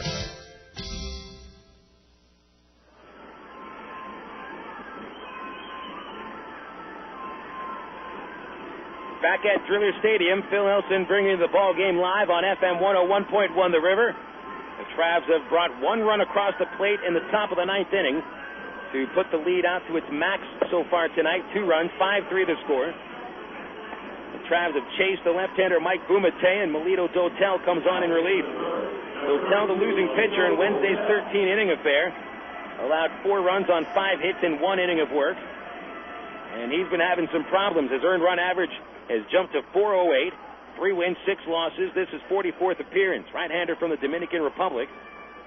Will step on the mound and face Trav catcher Jeff Mathis. Mathis drove in the go-ahead run with a single in the 5th. He also scored a run in the 4th inning. He's got men at the corners. James at 3rd, Weber at 1st. 2 outs, and the pitch inside for a ball. McPherson on deck. So the theory holds true today.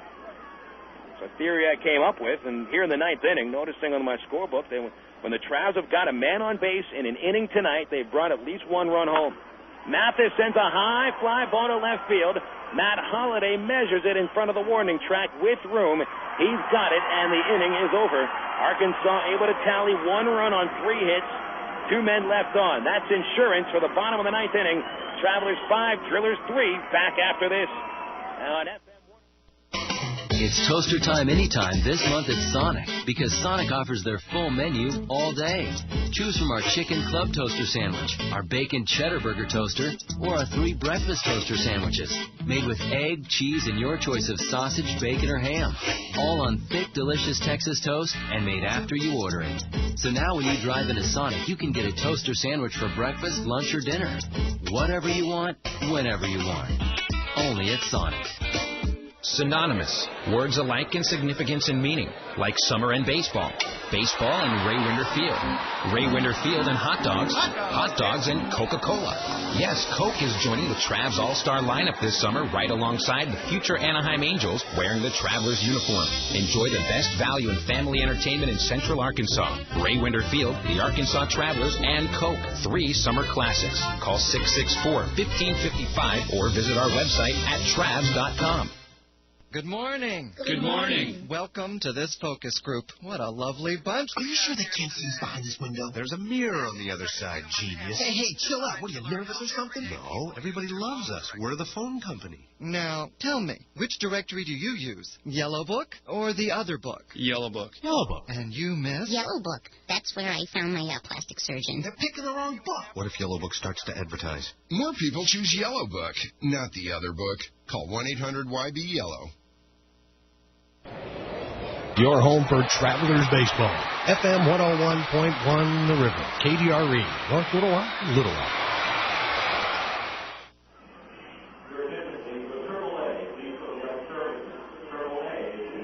It's closer time. In the bottom of the 9th inning, Steve Andrade comes out from the bullpen, and he will try to lock down this game. The Travs leading the Drillers 5-3. A win brings Arkansas to within 1 game of the Drillers and ensures at least a split of the 6-game series. Now, Arkansas will not be content with a split. They're looking to take at least 4 of 6, possibly 5 of 6. They got to win tonight, so Andrade's got to get his 3 outs here.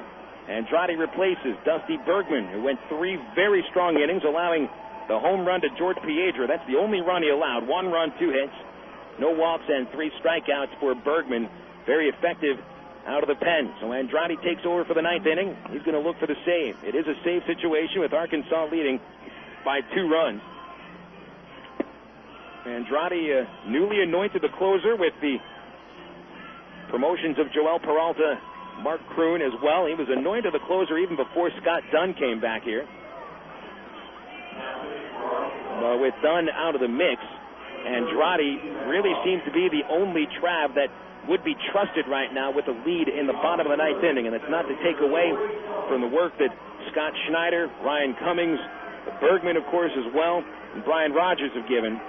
But Andrade's got the experience as the closer. He was a closer for a couple of months in Single A last season, and he's got the 4 saves with Arkansas this year. So Andrade comes on for the 9th. It's Cory Sullivan to lead off.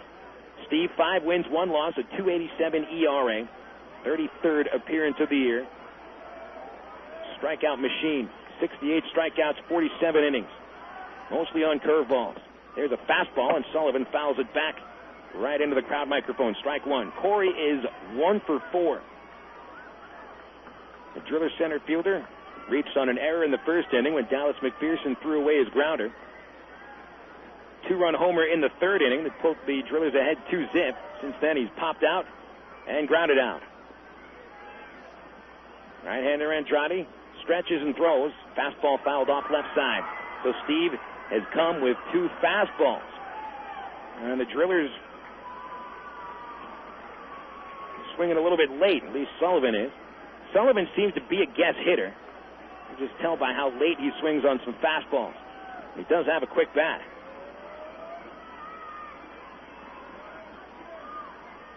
Nothing in 2 to Sullivan.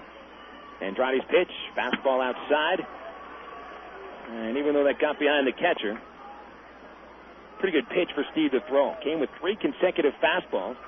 Hasn't even let Sullivan and the Drillers look at his best pitch. The hook. Curveball, sliders.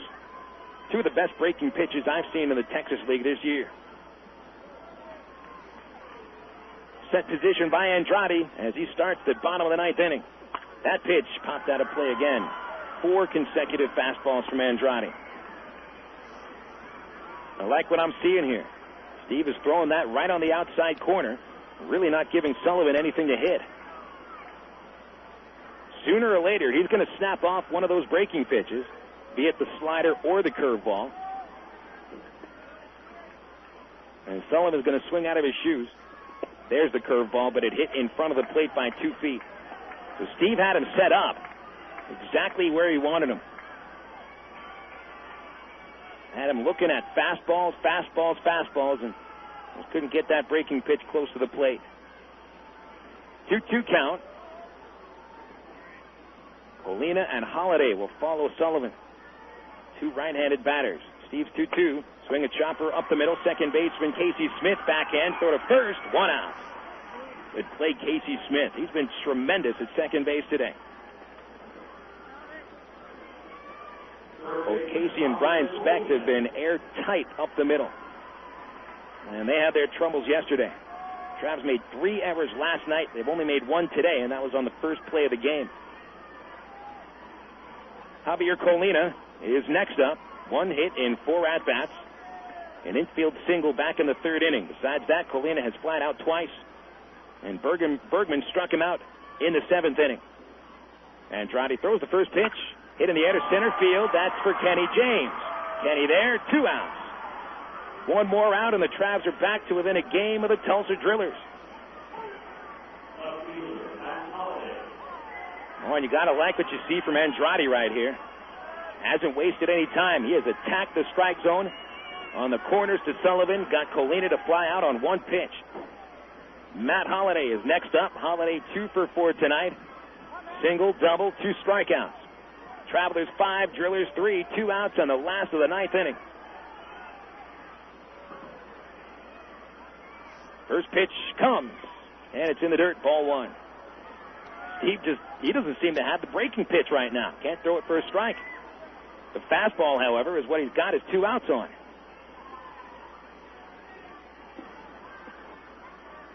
If Steve can get a save without really having his best curveball, that is a big step forward for him. The 1-0. There's the curveball. Called. Strike outside corner. 1 ball, 1 strike. Nice looking sweeper. Well, his crowd has fallen fairly silent as the Travs 1 out away from taking 3 of 4 here in Tulsa. Steve's 1-1. Check swing, fastball. Called strike inside corner. Holliday did not like the call.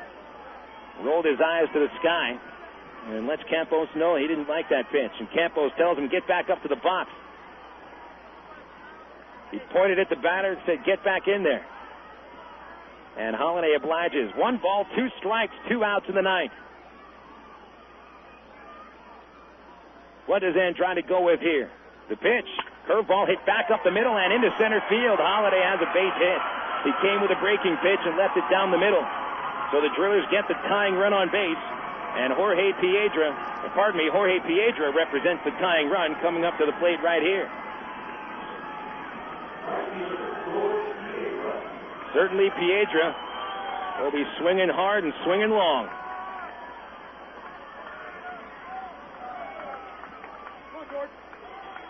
Piedra scored the last Driller run, and he sent a home run over the right field fence on a mistake 0-2 breaking pitch from Dusty Bergman. Piedra's not done much hitting in the series. He is 2 for 15. Left-handed bat. First pitch, curveball, strike 1 at the knees. Nice curveball.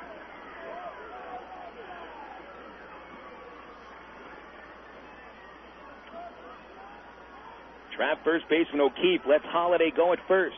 Mike will play behind the runner. Second baseman Smith, 2 steps to right field. Speck deep at short. McPherson normal at third. Outfield very deep. Holliday's running, and this is a little swinging bunt to the left side of the plate and foul. Strike 2.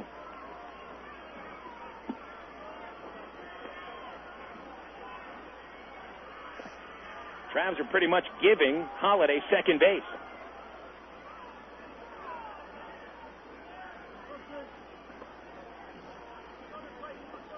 But Andrade has the batter Piedra to his final strike. Boy, that outfield is deep. Gorneau in right is about 4 steps in front of the warning track. Same with Weber in left. 0-2 count, the pitch. Swing and a miss. This game is over. Got him on the curveball, and the Travs win 5-3. Big game here, big win for the Travs, and you can put it in the books.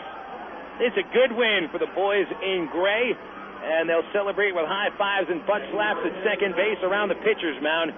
The win goes to Rich Fisher. Andrade saves his 5th. Zamora hits the home run. The Travs rallied in the 5th inning to take the lead and never relinquished it. And Arkansas pulls to within 1 game of the Tulsa Drillers. 5-3 your final score. We'll come back with the Travelers post-game report after this on FM 101 The River. Here's the wind-up pitch on the way, and you can catch the Travs online at www.travs.com. The Arkansas Travelers have one of minor league baseball's most user-friendly websites with easy access to Travs game stories, up-to-date stats, and Texas League standings. You'll be informed about the Travs online at Travs.com. Purchase tickets, grab souvenirs, listen to the game. Hey, if you could buy hot dogs and popcorn on the website, it'd be like coming to the old ballpark. See us online, www.travs.com. Did you know that most problems of the feet occur because of improperly fitted shoes? Come into Top Shoes and let us measure your feet and fit you with New Balance. New Balance makes shoes for all shaped feet, from size AA to 4E, for pronators and supinators alike. New Balance makes motion control shoes that are great for those who suffer from plantar fasciitis. So what are you waiting for? Come into Top Shoes and let Tops make those feet happy. Top Shoes is located in Little Rock, North Little Rock, Benton, Conway, Russellville, and throughout Arkansas. Miller Lite. Miller time. It's time to grab the fellas and hit defrost. Great tasting Miller Lite. Time to melt cold shoulders. Time to pull your mojo out of the freezer and warm it up on the grill. It's time for a great tasting Miller Lite. Great tasting Miller Lite. At a place called Miller Time. Miller Lite, Miller Brewing Company, Milwaukee, Wisconsin. Live responsibly. Just because you're working a smaller acreage doesn't mean you have to skimp on comfort and reliability. So stop by Ag Pro at Highway 165 in England and take a look at John Deere's rugged new 5020 series tractors. Choose the 45 to 75 PTO horsepower straddle mount, isolated open operator station, or cab model that fits your needs. These new tractors offer improved comfort, control, and convenience. Test drive a new John Deere 5020 series tractor now at Ag Pro at Highway 165 in England. We're jamming out here in Tulsa, celebrating a Traveler victory, 5-3 the final score. Arkansas has won 3 of the first 4 games of this 6-game series to pull within 1 of first place Tulsa. Phil Elson here at the ballpark. Here are the final totals for tonight unofficially. Arkansas 5 runs, 8 hits, and 1 error. 7 men left on base. The Drillers 3 runs, 11 hits, 1 error. 10 men left on. Rich Fisher, the winner, is 5-10. Travis Anderson, the loser, drops to 1-2. Andrade saved his 5th. Trav's record now at 26-22 in the second half of the season, back to an even 500 overall record at 59-59. Tulsa drops to 27-21 in the second half overall, 61-55. Let's recap our game tonight. The Drillers took the lead in the 3rd inning as we had a couple scoreless innings. And old Polanco led off with a double to left field against Fisher. Fisher got it out on Jack Joffrion, but then Cory Sullivan came to the plate to give the Drillers the lead. Sullivan swinging a high fly deep to right field. He got this one really well. There goes Gorneau back to the track. He looks up. It's gone. Home run, Cory Sullivan. 2-run shot, and the Drillers take a 2-0 lead. Sullivan hit his 5th home run of the season to put the Drillers ahead by that 2-run margin, and they would hold that 2-0 lead for not even half an inning as the Travs came back on Travis Anderson. Really, Arkansas got a gift run in the 4th inning. Anderson got a couple of outs and had set down 11 men in a row before walking Jeff Mathis on a 2-out full count. He then hit Dallas McPherson, apparently retaliating for the hit batsman on George Piedra in the previous half inning. Mike O'Keefe then stepped to the plate, and this error gave the Travs their first run of the game. O'Keefe grounded out in the 2nd inning. He has a count of 1-0. The pitch. Swung on, hit on the ground, right side. Second baseman Joffrion kicks it. It goes to shallow right. Mathis streaks around third. He'll score on the error. E4, thank you very much, Jack Joffrion. Travs have cut the lead in half to 2-1. And they still haven't had a base hit. Yeah, the Travs have scored that run without the aid of a base hit. Joffrion's 12th error in 24 games this season was able to get the Travs on the scoreboard for the first time tonight. Travs then were able to take the lead in the 4th inning, but first Rich Fisher did a great job in the bottom, and pardon me here, he set down the Drillers in order, and then in the top of the 4th inning, after the Travs scored that run, Fisher set them down in the 4th inning, leaving 2 men on base, a couple men in reach base, 2nd and 3rd, with nobody out, but Fisher struck out Polanco and Joffrion and got Cory Sullivan to pop out on a 2-2 count. That set the stage for the Travs to take the lead for good in the 5th inning against Anderson. Nick Gourneau singled to start the inning. That was the first Traveler base hit, and it came to start the 5th. Anderson then struck out Brian Speck, got Casey Smith the ground out, and then the 2-out rally started as Kenny James stepped up. Higher than rookie ball. Line drive by Kenny James to right field. Base hit. That'll score Gourneau, and we got a tie game at 2.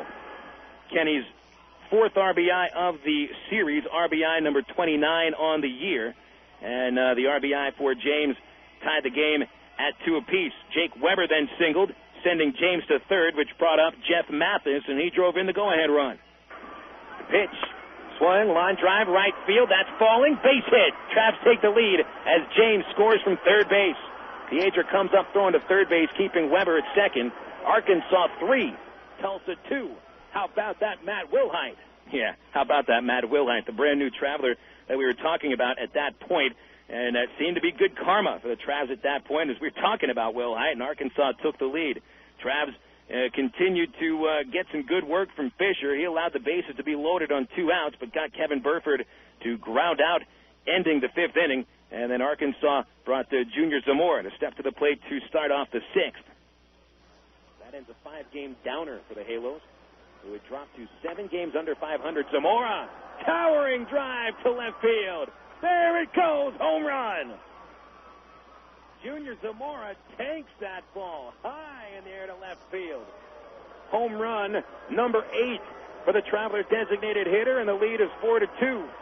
So the Travs took that 4-2 lead into the 7th inning when the Drillers scored another run, their final run of the ball game. This one off Dusty Bergman, who came on to pitch in the 6th inning, set 5 batters down in an order, and then with 2 outs in the 7th, George Piedra took him deep to right field. Piedra's 14th home run of the season cut the Trav lead to 1 run. Drillers wouldn't really get much of another chance to score again. Travs took a 2-run lead in the 9th inning after a leadoff single by Nick Gourneau off the left field fence, hit it off Mike Bumate. After 2 outs, Kenny James blew the single to right field, followed by Jake Weber's RBI single to right, brought Gourneau across. Travs at that point led 5-3. Steve Andrade came on for the 9th inning, and this is big, getting another save from Andrade. That'll certainly install some more confidence in the new Traveler closer. He did allow a base hit to Matt Holliday, brought up the tying run in the form of George Piedra, but Piedra struck out on 3 pitches. Andrade saves his 5th game of the season and saves the Travs 5-3 win. Back to within 1 game, and they can tie it up with a victory tomorrow. Take a break here on the Travs post-game report. We'll return with a look at the Southwest Airlines out-of-town scoreboard on FM 101.1 The River. Now that the baseball season is here, moms everywhere begin scouting for a cool, delicious recipe that won't take extra innings to make, like Del Monte's Spring Pasta Salad. Simply combine 8 ounces of cooked spiral pasta, 1 can of Del Monte's seasoned green beans, 1 can of Del Monte's peas and carrots, plus a cup of cherry tomato halves topped with Caesar dressing, and you've got a quick score. Del Monte steps up to the plate with simple mealtime solutions that will have you saying, hey, I can do that. Look for Del Monte vegetables at your local Harvest Foods. Harvest Foods, an Arkansas company serving Arkansans. Hey, what's up? This is Lala, and welcome to Coke FM, bringing you the hottest new sound.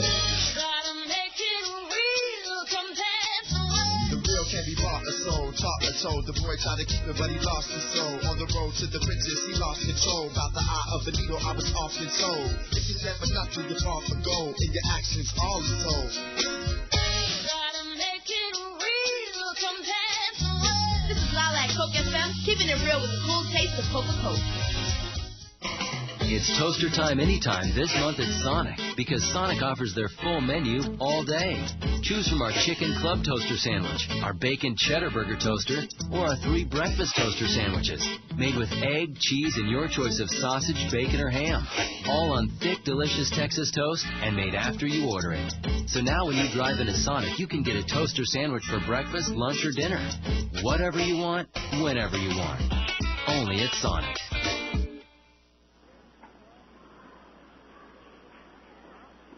Welcome back to Driller Stadium here for the Travs postgame report. Phil Elson bringing you the postgame report live. Arkansas wins tonight by the final score of 5-3. We will now check some scores around the major leagues and the Texas League on the Southwest Airlines out-of-town scoreboard. We'll begin in the American League, where we have a boatload of finals to run through. Final score out of Yankee Stadium. The New Yorkers beat Seattle by the final of 9-7. Sterling Hitchcock gets the victory, his first of the season against 2 losses. Mariano Rivera saves number 23. Hideki Matsui and Nick Johnson with home runs. Johnson a grand slam as part of a 5-run 6th inning as the Yanks come from behind to beat Seattle.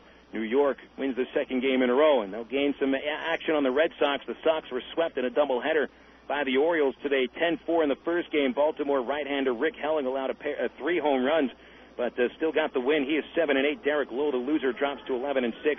Nomar Garcia-Parra, Trot Nixon, and Doug Mirabelli, the home runs. Nixon and Nomar each with 22, but Boston drops that one and drops the second game 4-2, so Boston will fall to 4 games behind the New York Yankees. Eric Dubose, the winner for Baltimore in the second game. Jorge Julio saved his 28th. Casey Fossum took the loss and drops to 5-5. The Drillers' former affiliate, Texas Rangers, beat Toronto 5-3 at Skydome. Ex-Drillers Hank Blaylock and Mark Teixeira, along with ex-Rough Rider Lance Nix, each hit home runs off ex-Wrangler Corey Thurman. Texas League all around in that one. Blaylock 20 jacks, Teixeira 18. Nix has 4 home runs since his call-up. The Rangers scored all 5 of their runs in the first inning against Thurman, who took the loss, drops to 1-1. R.A. Dickey, the winner, is 6-5. Francisco Cordero got to save his 7th. Toronto gets a home run from Carlos Delgado, his 32nd of the year. Here's a final from Cleveland. Trav affiliate Halos end a losing streak at 5 games by beating the Tribe 5-2. Angels scored all 5 runs in the 9th inning, 3 of them on a home run from Garrett Anderson, his 26th. Jared Washburn got the win. He's 9-7. Jason Davis, the loser, 7-9. Final out of Comerica Park, Minnesota 4, Detroit 3.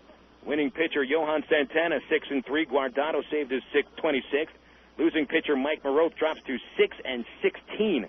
He allowed a home run to Matt Lecroy, his 10th. Craig Monroe hit a 2-run homer off Guardado for the Tigers, his 12th of the season. Final out of Tampa Bay, the Devil Rays make it 2 in a row over the Kansas City Royals, 4-0. The final score. Jeremy Gonzalez and Jesus Colome combined for a 4-hit shutout. Gonzalez went the first 8 innings for his 5th win of the year. Kevin Apier takes a loss in his first start with Kansas City since getting signed after the Anaheim release. Apier is 7-8. The White Sox beat the Oakland Athletics 3-2. Maglio Ordonez hit a home run as part of a 2-run 4th inning. Mark Mulder went the distance, taking the loss. He's 15-8. Mark Burley also went the distance for the win. He's 10-11. That ball game was played in a cool, crisp 1 hour, 53 minutes. Boy, that would be gorgeous. Games in progress in the American League? None of them. Not one game in progress in the American League, so forget I even said that. Here are some games from the National League in progress right now. A rain delay in Colorado. The Pirates and the Rockies are tied at 4 in the top of the 2nd. No score at Arizona. The Diamondbacks hosting the Mets. That's in the 5th inning. Cincinnati and San Diego played scoreless to the bottom of the 4th. Dodgers and Cubs tied at 1 in the 3rd inning in L.A. And San Francisco leads Philadelphia 2-0. That is in the bottom of the 3rd inning. The final scores from the National League. And this does not favor the St. Louis Cardinals. They dropped 1 to Atlanta, 7-2. Cardinal left-hander Jeff Fassero allowed 2 home runs, drops to 1-6. Russ Ortiz goes 8 innings for his 16th victory of the season. The Braves just do what they always do this year. Hit home runs, 4 of them. Gary Sheffield, Marcus Giles, Andrew Jones, and Javi Lopez. Look at Sheffield, 28 home runs. Andrew Jones, 29. Lopez hit his 31st. And Giles coming up with 14 home runs on the season. And the Cards lose some ground on the Astros. Houston beats Montreal 5-1 at Minute Maid Park. Jeremy Robertson, the Express left-hander, is 11-5 with a 6-inning start. Orlando Merced hit a 3-run homer, his 3rd of the season. Final out of Milwaukee, Florida, 5, the Brewers 3. Carl Pavano, the winning pitcher. Ben Sheets takes the loss. Braden Looper saves his 23rd. Marlins get a 2-run homer from Juan Encarnacion, his 13th. Milwaukee homers for Vanderwall and Jenkins. Here are the games in the Texas League. And no final scores to report to you as of now. Wichita leads Frisco 4-1 on the top of the 8th inning. If the Wranglers win, they'll pull to within a game and a half of Tulsa and half a game of the Travelers. San Antonio looking to break a 2-game losing streak in El Paso. 9-4, Mission's lead in the 6th. And it's Midland all over Round Rock, 12-4 in the top of the 9th inning. Now you're up to date across the Major Leagues and the Texas League thanks to the Southwest Airlines out-of-town scoreboard. Don't forget, you can always log on for Southwest Airlines low fares at www.southwest.com. Final words, the BC Powder player of the game come after this. Travs win tonight by the final score of 5-3 in Tulsa. And your final segment of the post-game report after this break on FM 101.1 The River. Miller time. It's time to tuck the sun in and give it a goodnight kiss. Miller time. It's time to put the 9 to 5 back on the shelf. Miller time. Time to wear the knife like a cape and break out the Miller Lite. It's time for real time. At a place called Miller Time. Miller Lite, Miller Brewing Company, Milwaukee, Wisconsin. Live responsibly. Boy, it sure gets hot during the baseball season, and Ready Ice, Arkansas's largest ice company, is always the best choice to keep your favorite drinks cold. Once again, Ready Ice is proud to present Ready Ice Wednesdays at Ray Winter Field. Just pop in anywhere Ready Ice is sold in Greater Little Rock, like Exxon stations or your local convenience store, and grab a coupon good for $2 admission to any Travs Wednesday home game. Get ready, get the coupon, and go to Ready Ice Discount Wednesdays at Ray Winter Field.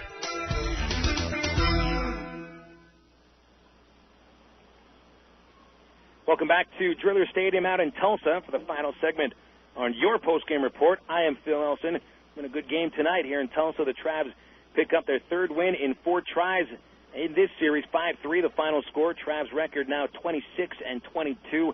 Tulsa drops to 27-21. Arkansas trailing the Drillers by just 1 game in the second half East Division race, and they'll try to tie it again tomorrow. Final totals tonight: Arkansas 5 runs, 8 hits, an error, and 7 left on. Tulsa 3 runs, 11 hits, 1 error, 10 men left on base.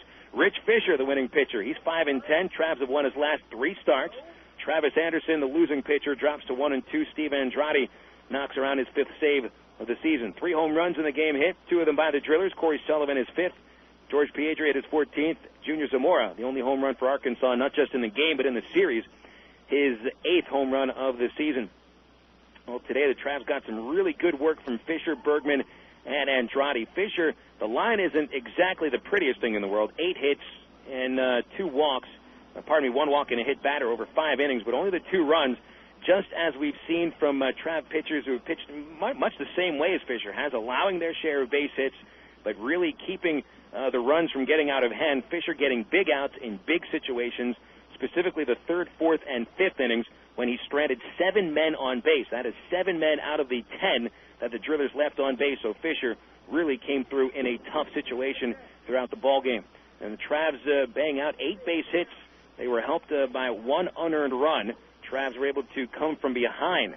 First game in this series that Arkansas, either team picks up a victory when the opposing team scored the first run in the game. As Cory Sullivan's 2-run homer in the 3rd put the Drillers ahead. Travs came back to 1 run in the 4th, took the lead for good in the 5th inning, and also good work by the bullpen. Dusty Bergman, 3 innings, 1 run allowed. Steve Andrade looks like he's got a good hold on the closer situation as he pitched that scoreless 9th inning. Our BC Powder player of the game today, we're going to award that to Rich Fisher. Now, as I mentioned, the line was not pretty, but he got the big outs when they were needed, and if any of those batters that came to the plate with 2 outs in the situations in the third, fourth, and fifth innings and came through with an RBI hit, this game would have been a lot different. So Rich Fisher came through in clutch spots, and for that, he is the BC Powder player of the game.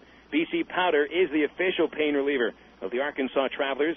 And if you have a friend in pain and you have an extra BC in your pocket, of course you share the relief. BC Powder, pain relief at the speed of powder. Use as directed. Game 5 of the 6-game set tomorrow at Driller Stadium. It'll be Arkansas right-hander Bobby Jenks taking them out, a 5-1 record, 2.78 ERA. Left-hander Benj Sampson for the Drillers, 5-5, 370 earned run average. And don't forget, folks, Jenks, he's been off the disabled list. It'll be his 7th start since coming off the DL. The Travs have won all of his first 6 starts, so that's certainly a good thing to think about going into tomorrow's game, in which the Travs have a chance to gain a first-place tie with a win. 7:05, the first pitch for tomorrow. We'll have the ITT Tech pregame show at 6:45 here on your home for Traveler Baseball and Unforgettable Favorites, FM 101.1 The River. Actually, that'll be for the Traveler website at Travs.com, as the broadcast will be tape delayed on the River tomorrow. And if you want to listen to the broadcast live, you can get it at the website, www.travs.com. Again, the pregame show starts at 6:45. So that is it from Driller Stadium. A big thanks to James Garner back at the studios. Phil Elson here at Driller Stadium. Thanks so much for tuning in. Your final score tonight, the Arkansas Travelers 5, the Tulsa Drillers 3. Folks, thanks for joining us. We'll be talking baseball again tomorrow night.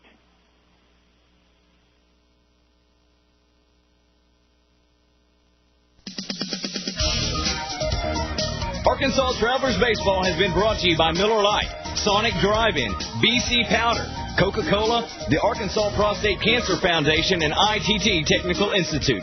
Remember that all Arkansas Travelers games can be heard only on Unforgettable Favorites, FM 101.1 The River.